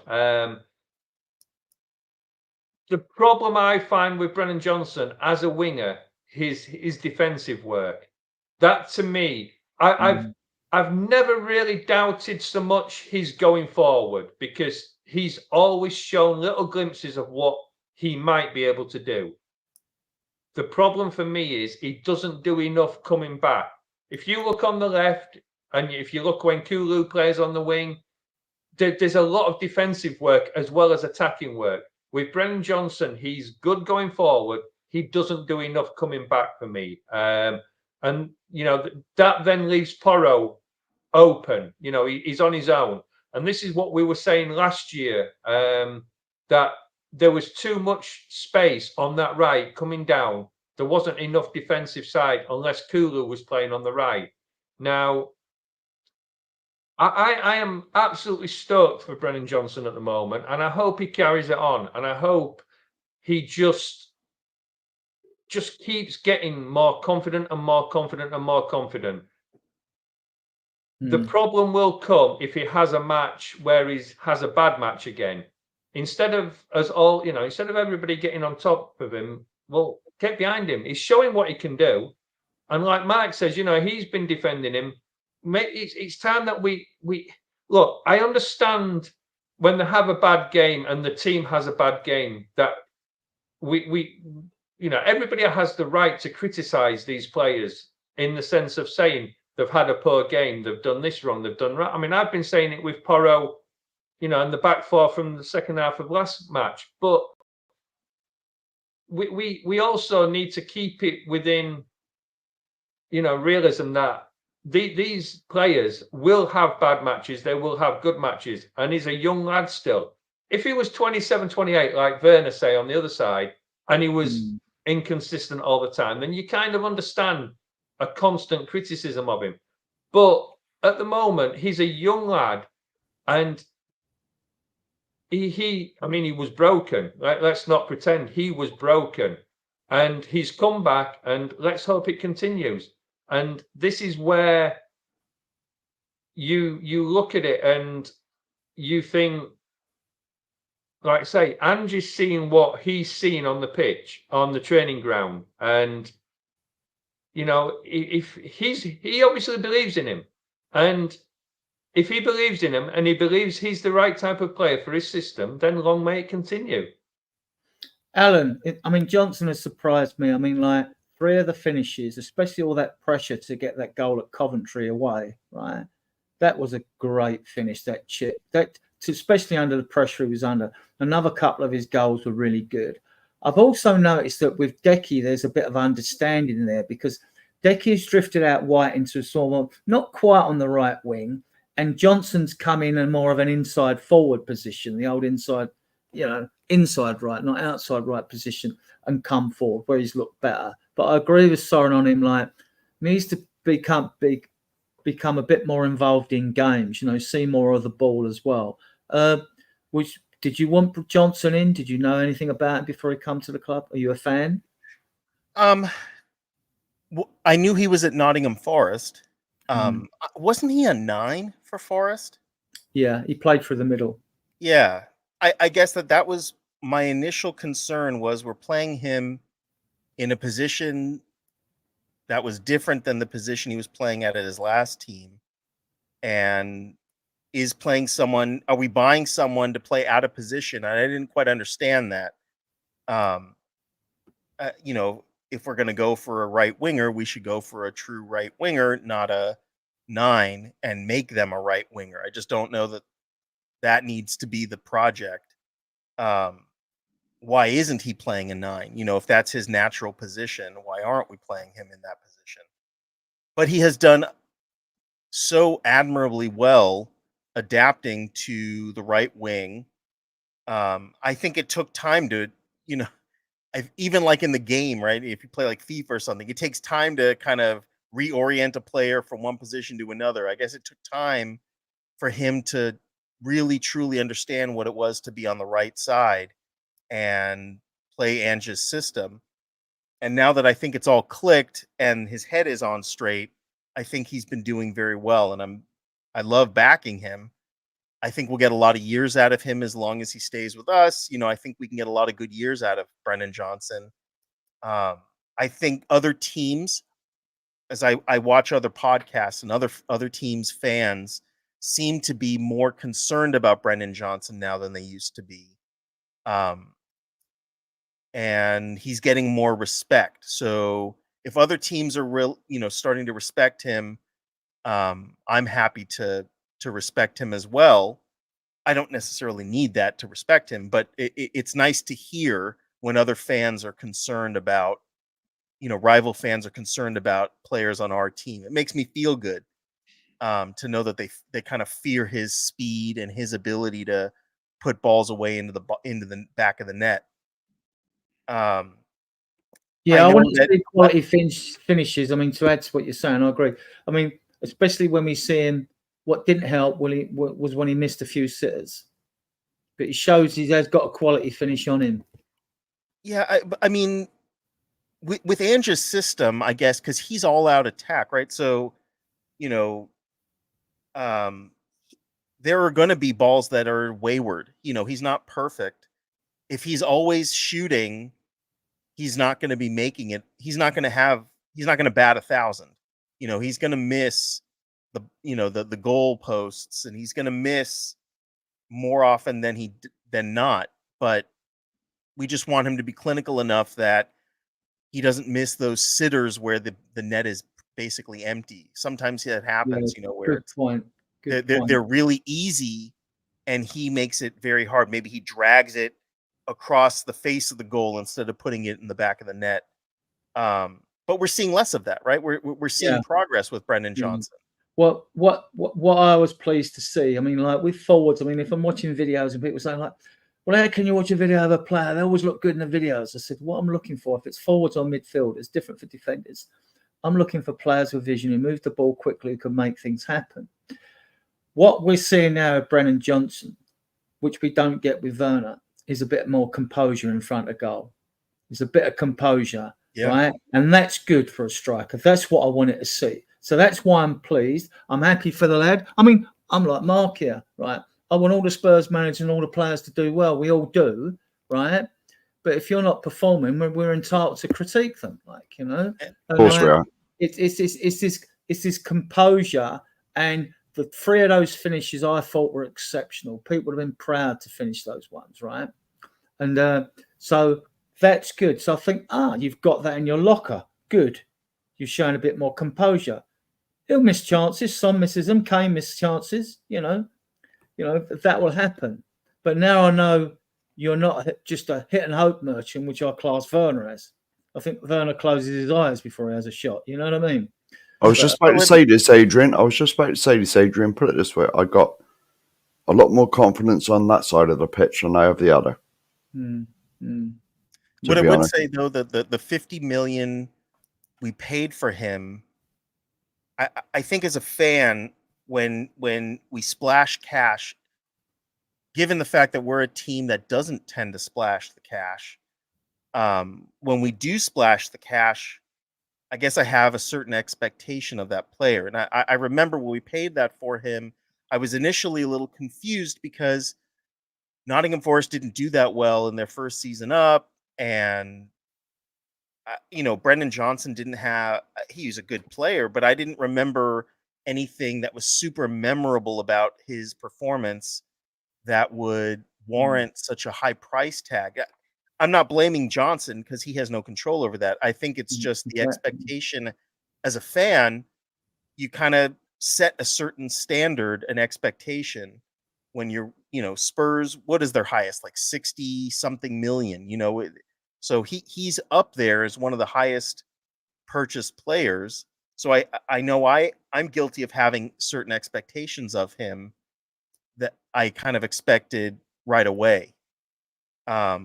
So, I was disappointed with him initially. But I'm very proud of him and how he's progressing. I know he's still got room to grow. That his confidence, it just as easily can falter. And we've seen that, we've seen his concentration and discipline falter at times, but it's becoming far fewer than it used to be. On the flip side of that then, Alan, so if we're going to say that the price tag means everything, and I know you didn't say that, but if we're going to go down that line, then does that mean if we get a player on the cheap, say we've got Chiesa or something like that for 15, 10 million, whatever it was, does that mean he's going to be shit then because we haven't paid a lot of money? This is what I don't get, that it's not Brennan Johnson's fault that he's cost us 50 million. And it's about time we got over the fact of we've paid 50 million for him and he has to come and hit the ground running. The problem is he is a player that Ange wanted. That was the price that Nottingham Forest wanted for him. Daniel Levy, for once, went out and paid that money, and then were criticised for paying that money for a player who hasn't hit the ground running. It doesn't make sense that, it's the cost of players these days is absolutely stupid. And if you're an English player going to an English team out of the Premiership, you're paying double what he's worth. If he'd have gone abroad, he would have been probably 30 million and 25 million, and nobody would have batted an eyelid. But because he's stayed in England and we've bought him and we've paid the money for him, which, look, don't think there's a person out there who's going to say 50 million was the right price tag for him. He wasn't worth 50 million. We all know that. But that's not his fault that that's what he's cost. So for once, we've actually paid up for a player we wanted, and we're moaning. And then when we don't pay money for a player that's, say, 20 million, well, we're moaning. Well, that means you can never get it right. I think, and I agree with you with regard to it's not his fault. He doesn't have any control over what Nottingham Forest wanted for him. But what I know of Spurs is that we tend not to splash the cash, and I don't think that someone like you said, like a Chiesa, if you can get them on the cheap, does that mean he's going to be a bad player? I don't think so. What I'm saying is, though, if we expect a 50 million pound player to be fantastic, then in hindsight, a 20 million pound player isn't going to be as good. That's what I'm trying to get over. That I hear what you're saying. The price tag doesn't tell us anything. But I think because we are a team that doesn't tend to splash out 50 plus million for a player, I guess the expectation is when we do that, in the rare instances that happens, we kind of hope that the player that we're investing that much money into can kind of hit the ground running. We're used to player, 15, 20 million. That's kind of our bag, right? We tend to invest in players early on for less money, or if they're already established, maybe they're even a little over the hill, but that we're not paying 50 million for them. But when we do splash out that cash, we have certain expectations that they can kind of hit the ground running. Brendan Johnson in particular had some Premier League experience because he played in the Premier League the previous season. So, unlike a younger player like a Mikey Moore, who we splashed relatively a lot of a fair amount for to keep away other teams because other teams still want him. He didn't have the Premier League experience, so we're willing to give him time. But players that have some Premier League experience, who we pay a lot of money for the club, it's uncommon to splash that much cash out. I guess there are fans, and I'm guilty. I'm one of them, that kind of have the expectation that if we're going to splash out that kind of cash, you would hope that they're sort of ready-made. We get the argument, and I mean, there was an instant a minute ago where we were talking about Jack Grealish and Bruno Fernandes, and everybody's going, just go out and pay it. Don't matter what it costs, go out and pay it. Go out and pay it. Well, we've gone out and paid it, and now everybody's moaning that we've paid too much for him, and he's not hit the ground running. So again, you cannot win. Yeah, I just want to answer Steve D, who's going on about wages. Just to let you know, when I read the financial report that was brought out in April, Spurs they earned 549 million last year, but they paid out 251.1 million in wages. It was the 5th highest wages in the Premier League. It was higher than Arsenal's. Okay, so let's just be clear on that. The fact that you're playing players a top wage don't mean to say they're going to play well either, right? Because we had Ndombele on higher wages. We brought him on higher wages. We brought Lo Celso in higher wages. The point is, you've got to do your due diligence on a player, and the due diligence, and we're now going down, as Levy said to David Fleet, the data analysis method, like Brighton as well, and doing the due diligence. And you've also got to do due diligence on the player himself, his attitude, his demeanor, whatever. Is he an extrovert? Is he an introvert? Does he need an arm around his shoulder? If he needs too much, don't bring him in. If he needs too much care, don't bring him in. Or if he's not a team player, don't care how good he is, don't bring him in. It's a team game. So you have all that as well. So, and I think we have failed much better in the transfer market. Sorry, Soren, I think I cut you off there a bit there. With you, it's we go on about Spurs historically have been shit at paying wages and things like that. Well, they've always actually paid a decent wage. Yeah, they've got a wage cap, but they do make it up in bonus-related, performance-related bonuses and things like that. There are a lot of other ways to pay other than a basic salary. And look, we know there's been cock-ups, and we know, Jack Grealish is one that everybody keeps going on about, but no other team went and bought him neither. City paid bloody 100 million for him in the end. And yes, we can look back and say, Daniel Levy cost us that one, and it does look like he did. And, I don't think there's any argument. Let's go back to the Man U game. Everybody hates Bruno Fernandes now, but everybody wants to bring it up that we didn't sign him. It's a case of make your mind up. Yeah, I get if he was playing for us, we'd probably all love him. But, it's the Man United fans, half of them hate him. So, again, let's move on to another player, right, who's been marmite with the Spurs fans. When Dejan Kulusevski came to Spurs in the January window, he played 15 minutes one game. Fans were complaining he was too slow and he was rubbish and all this. Another 20 minutes in the second game, same thing. And then he gets a full debut away at Man City. Son squares the ball to him. He smashes it into the net, right? He gets 8 goals. I mean, his debut season form for half a season was excellent. Everyone expected that more in the following season. Didn't quite happen. Now, he seems to have found a niche Mark, you liking the Kulusevski in this sort of new role?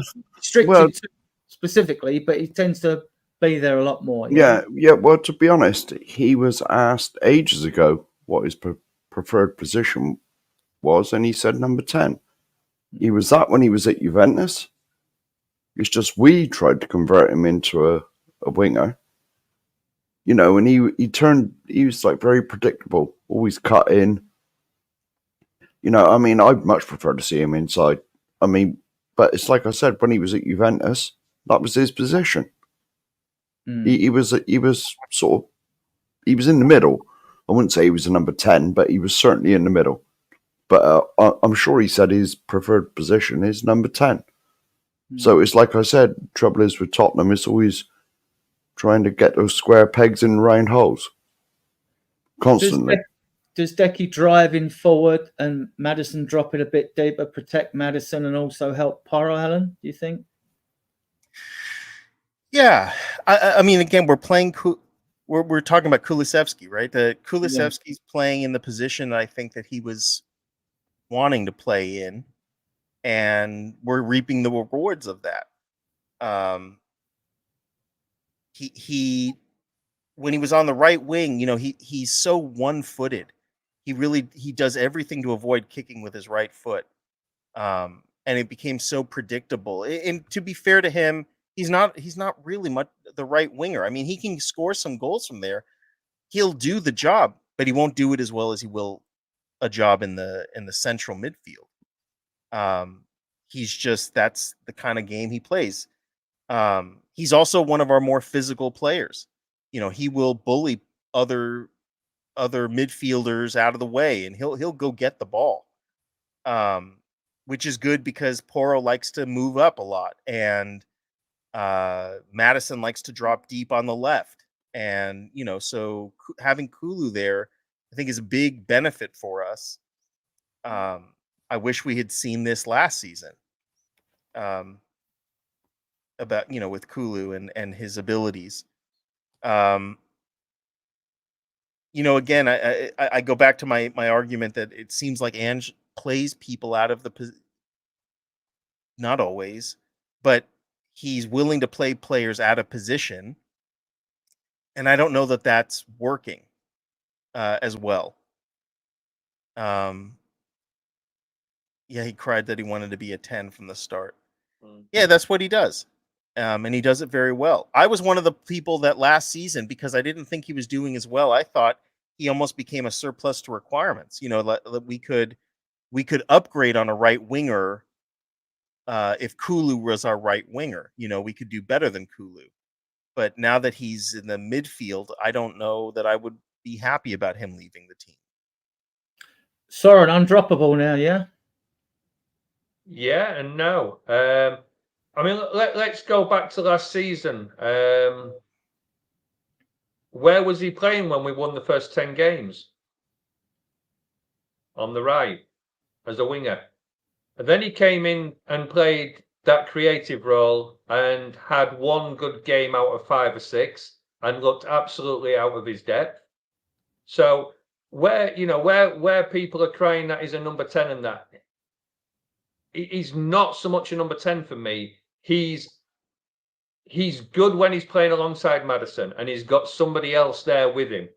I don't think, I'm not saying he won't in the future. And yes, he is a star before anybody. I defended him last year when he was on the wing as well. I don't think he's ready yet to run the show in the middle on his own.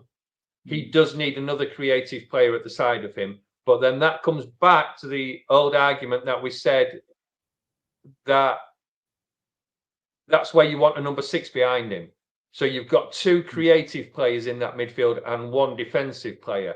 And that's why I think at the moment, when you've got Bentancur that's kind of mopping up behind them, that allows Kulu and Maddison to play their type of game. Put him in there. He maybe did do it in Italy, but you keep telling us that other leagues are a different league. So let's stop being silly. He's good at what he does now.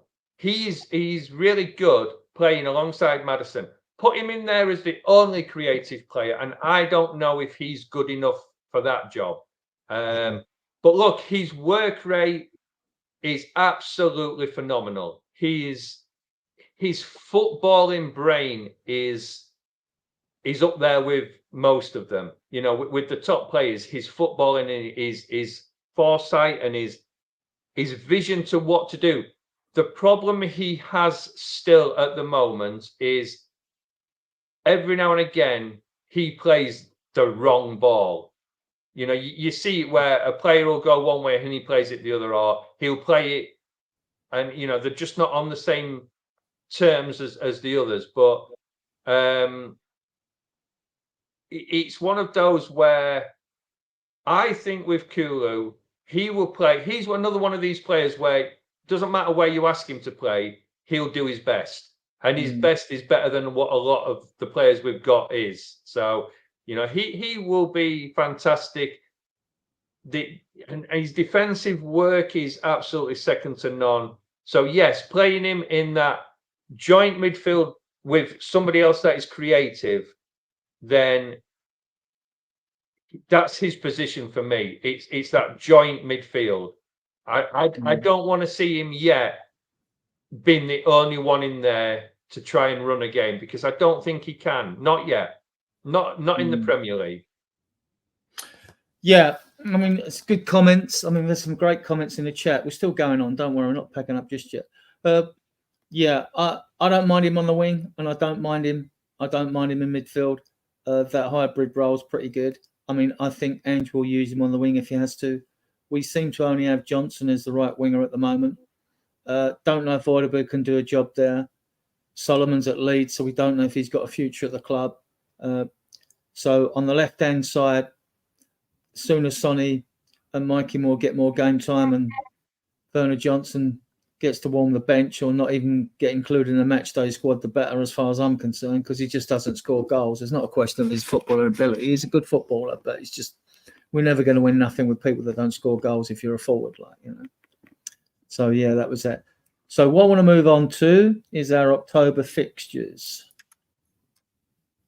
Right. Alan, how do you think that's going to affect Ange and his team selections for these? Do you think we're going to see these youngsters introduced now the fixtures are coming thick and fast? Do I think they will need resting?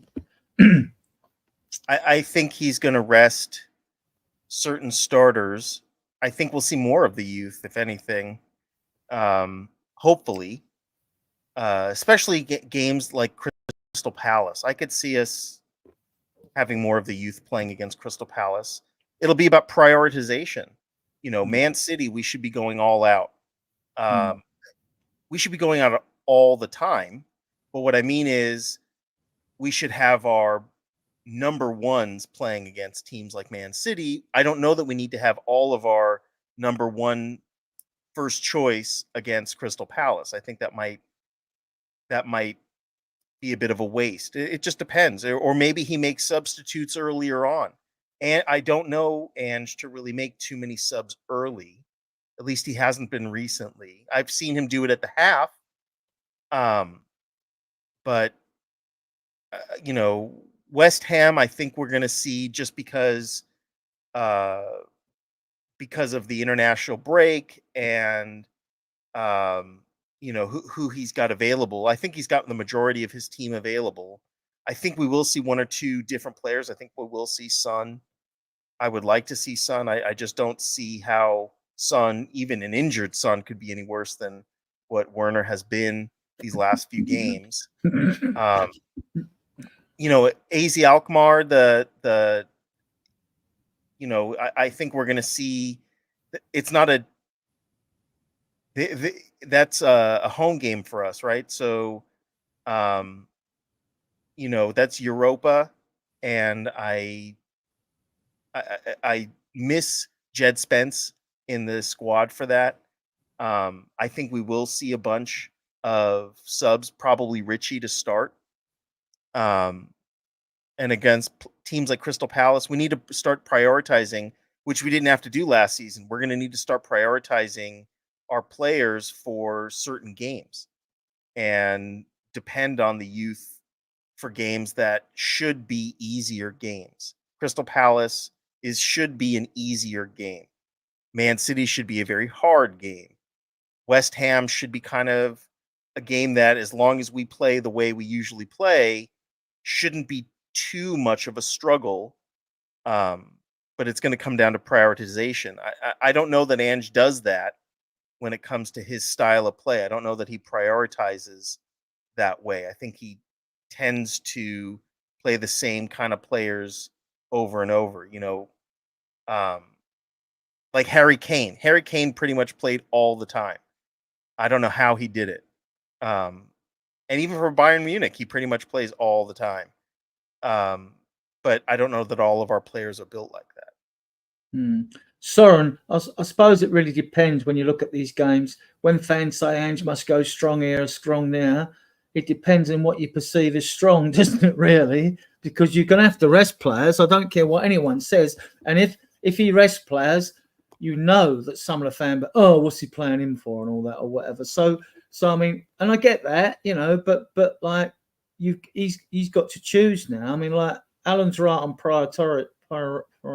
I'll get that right in a minute. Right. Yeah, but I mean, I'm thinking like, well, tomorrow, yes, definitely strong. And Alkmaar, definitely strong. Perhaps we shouldn't be looking further ahead than them. No, we are, with yellow cards and hopefully no injuries or whatever when we get to them. What's your take? Well, I think the West Ham game is going to be dictated by the fact players came back late from international duties. So to me, West Ham, there will be some changes. Like we said to start with, I'll be surprised if Romero starts. I'll be surprised if Porro starts. So, you know, you've got two changes there straight away. The rest of the team might be pretty much as it is. Alkmaar, I see those players like Romero and Porro coming back for that one. I think he'll play a fairly strong, because I think he'll want to win that to give us a little bit of leniency coming further down.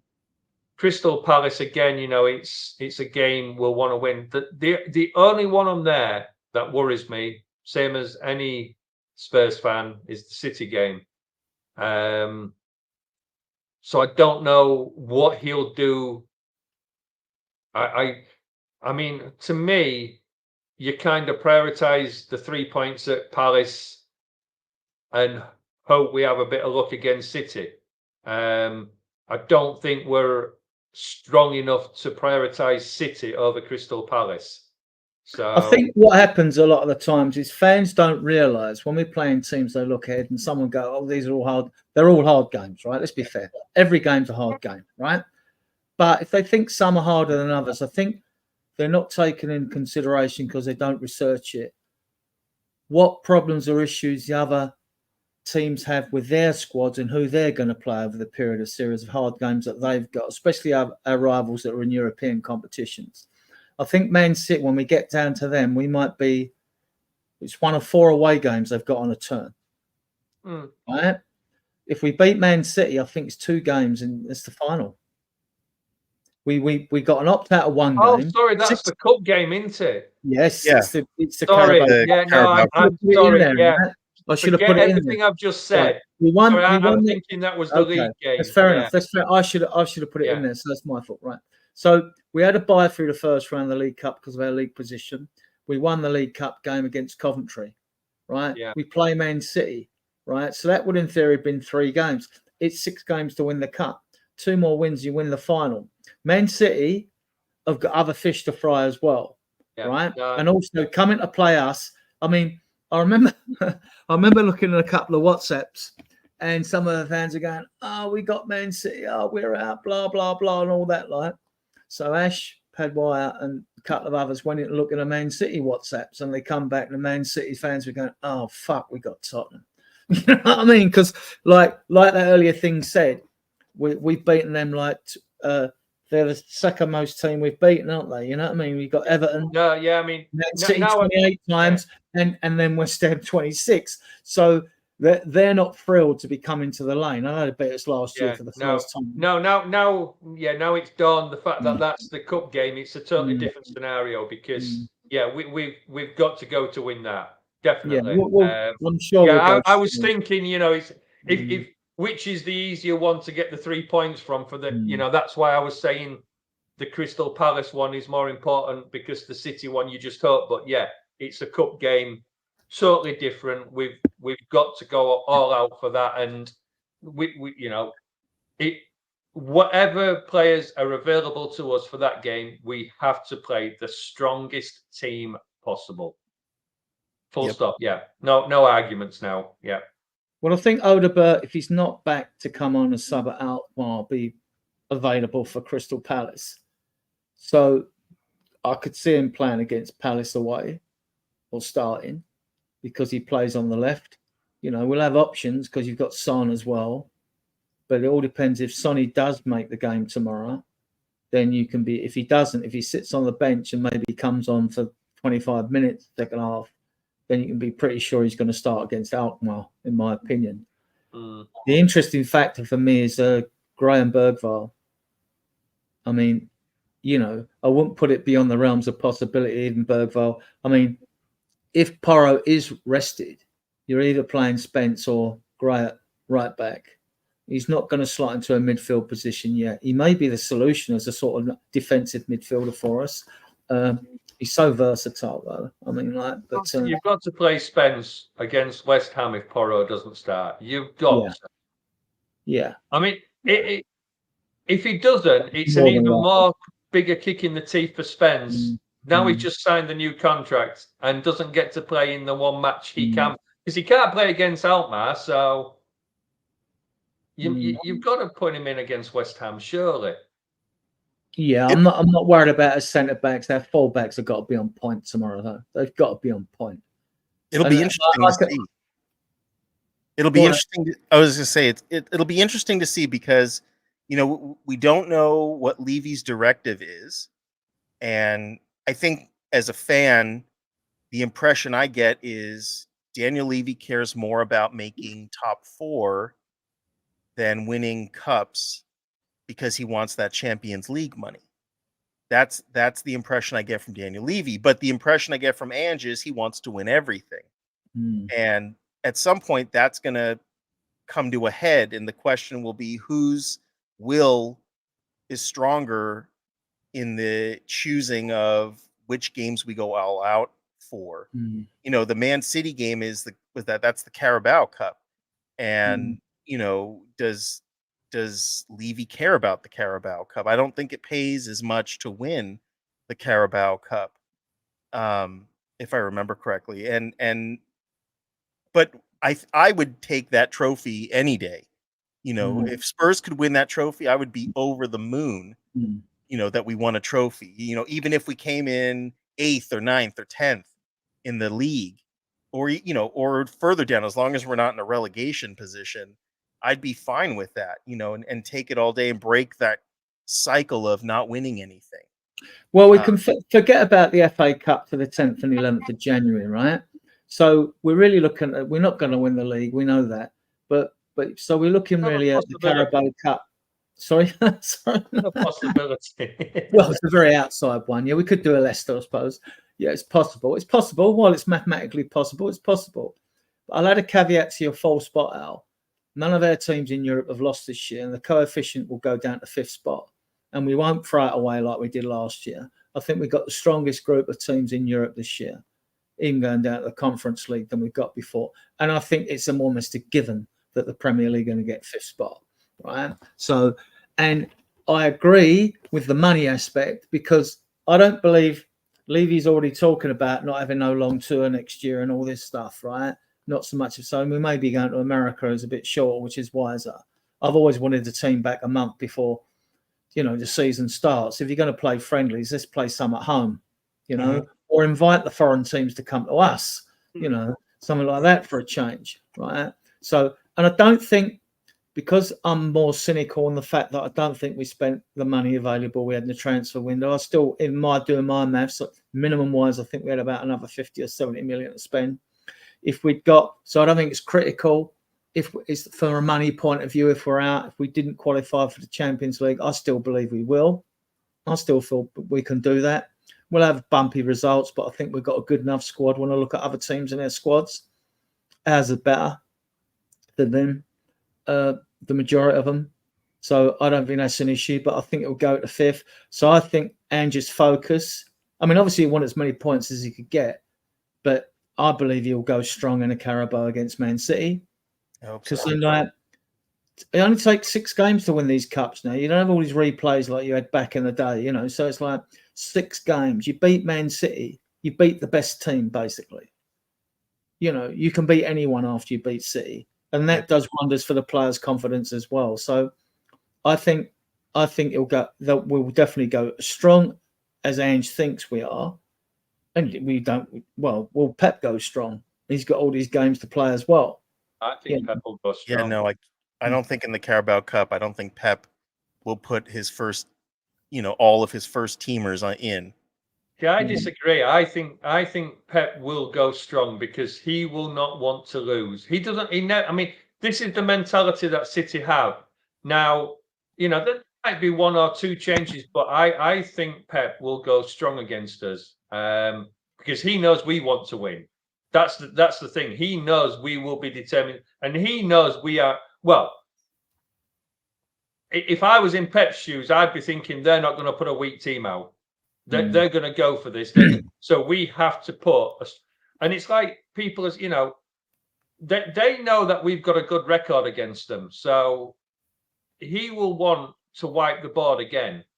Let's not pretend, as much as it's probably the lowest importance on his list, he still wants to win that cup.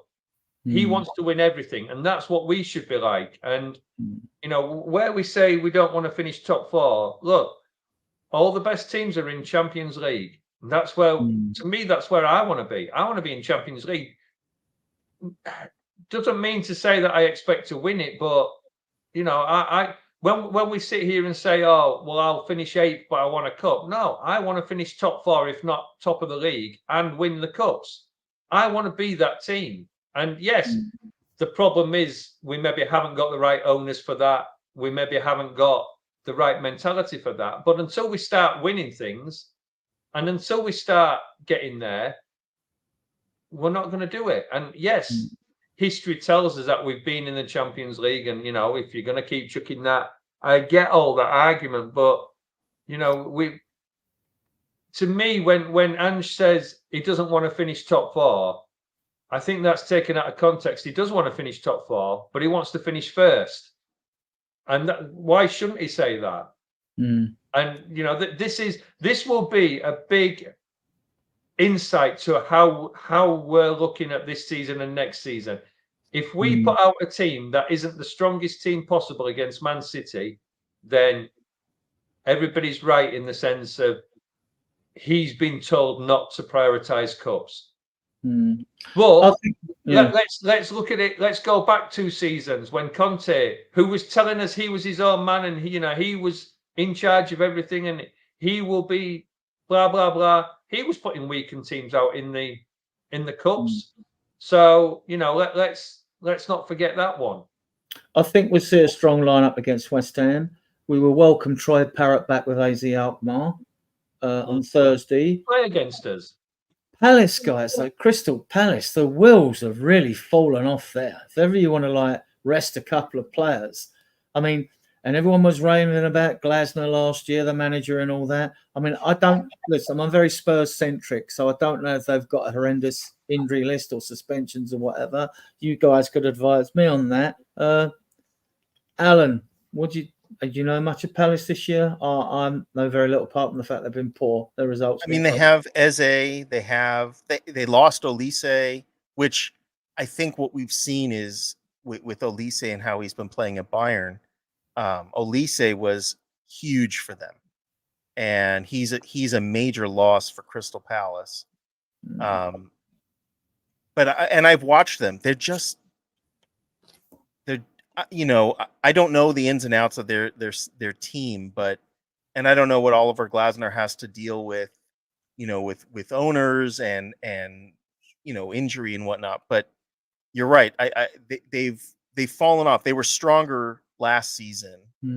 I think Michael Olise was a huge loss for them. Surprised with the good defenders. They got good defenders there as well. They had Joaquin Anderson, and he's not there anymore. I don't know half their defenders anymore. But they haven't been playing very well. And what I would say about Man City, Pep and Man City have a luxury that most teams don't have, which is quality and depth. And their depth has quality. There are plenty of teams that would buy their second stringers. Well, the reason I fancy this is because Rodri's out for the season, probably the best defensive midfielder on the planet, and you've got De Bruyne's out again, isn't he? So yes, but they have depth. That would be like taking Waddle and Ardele's out the Spurs side of the 80s. You know what I mean? And they've suffered without I think more without Rodri than without De Bruyne. Rodri is huge for them. De Bruyne is also big for them, but they've found a way to. He's been out longer, and I think they found a way to deal with that. But Rodri is someone I think they built the team around, and they haven't yet figured that out. They've been weakened by that. So that is a positive for us, is that they're dealing with the lack of Rodri, but they have such squad depth and such quality in their depth that they don't have to play all of their first teamers to still put up a very difficult game for us. Mark, you got anything to say? And we'll close with Soren. What let me hide that and get the pictures back. No, the Palace one, that Anderson, does he still play for him? I wanted him at Tottenham because we were linked with him at the time. I think he's at Fulham now. Oh, is he? I think so. Yeah. But to be honest, West Ham, we should win the next two. Palace, yeah, we should win that. Man City, that's the big game. That's the big game for me, because obviously we all want a trophy. Yep. I think we'll win the next four, but that's me. Well, yeah, but it depends. I mean, even City's B teams enough to beat most people's A teams. Exactly. Because when they bring substitutes on, or what you consider inverted commas lesser players, they're still just as good as the first team. That's where City are miles in front of anybody. Do you think if we beat City, do you think it's our best chance to win a trophy is in the Carabao Cup?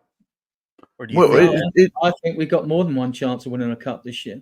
Well, but it's like Adrian said. I mean, what's this now?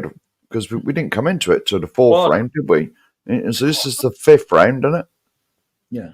And there's look, 6 games you would normally play. It takes 5 games to win it, roughly. Yeah.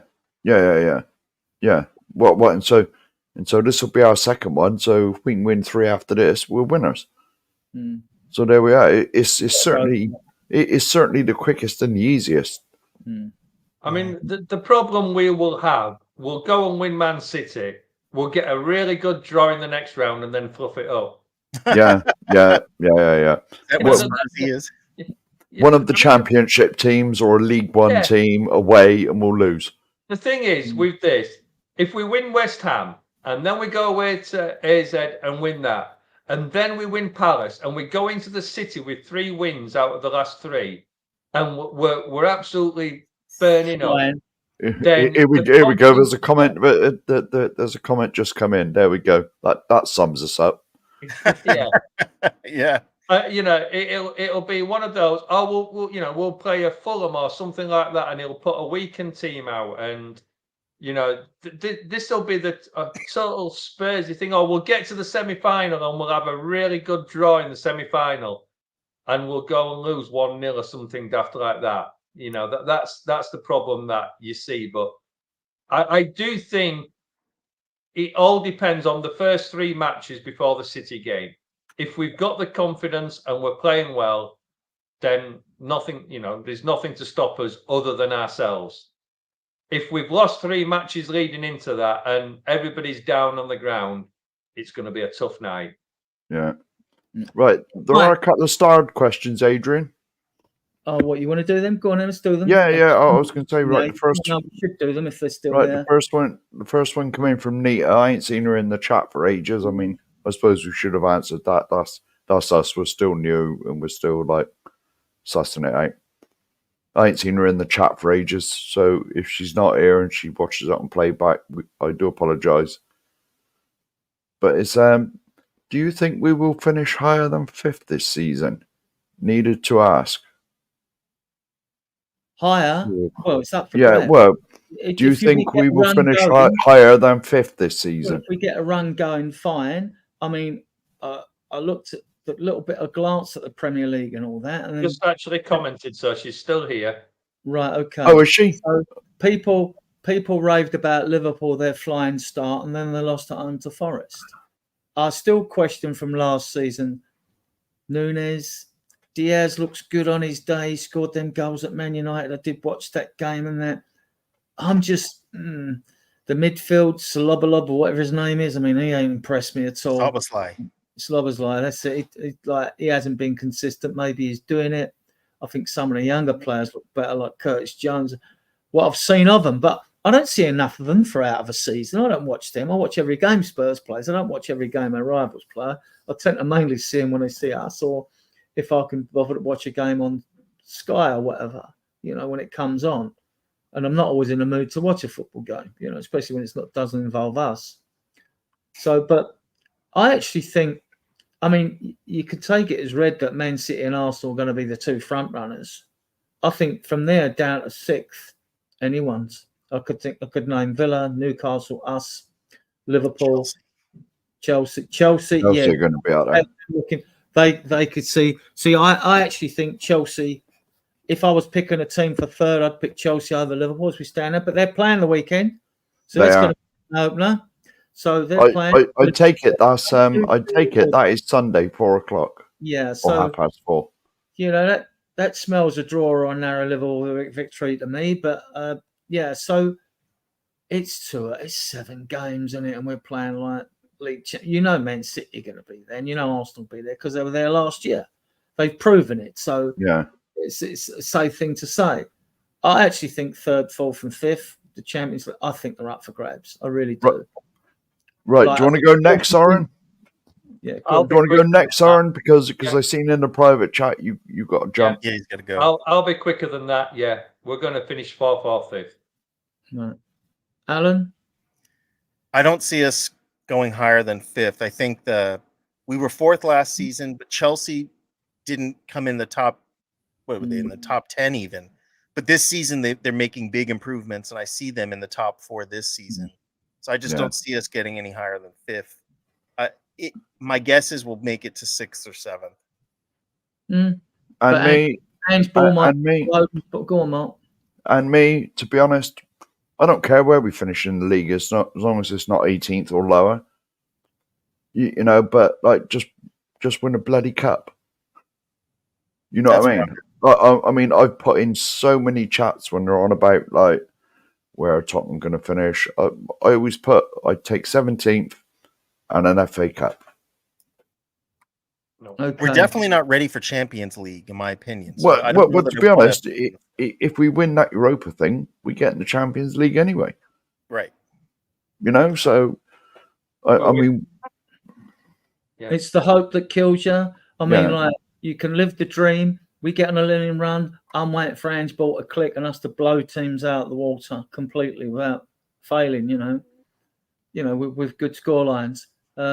Right, guys. Hang on. There's one more, Adrian. There's one more. This is from the Spurs Diehards. How do Spurs improve their inconsistent form? Well, you work hard. Do you want to go first, Soren? Because by winning. Yeah. Exactly. Full stop. Get the confidence. Look, cutting out schoolboy errors would help. Yeah, I mean, we all know confidence breeds success. So if we win the next match, and then we win the one after, then we win the one after, then we win the one after, then we win the one after, carries on until we've won the title. Yeah, building momentum. And the other 3 cups as well. So okay. Right, guys. I want to thank my guests and admin Mark, fellow co-founder of Spurs Diehards TTID. I want to thank everyone in the chat for their comments. We take them, you know, from all of you, no matter what way you lean regarding the club. We take all your comments on board. We listen, we air them, you know. If you like our content, please subscribe to the channel, leave a comment, give the videos a thumbs up. We do regular shows at 8 o'clock on a Tuesday, a Friday, and EMF will be doing one this Sunday. It'll be post-match West Ham.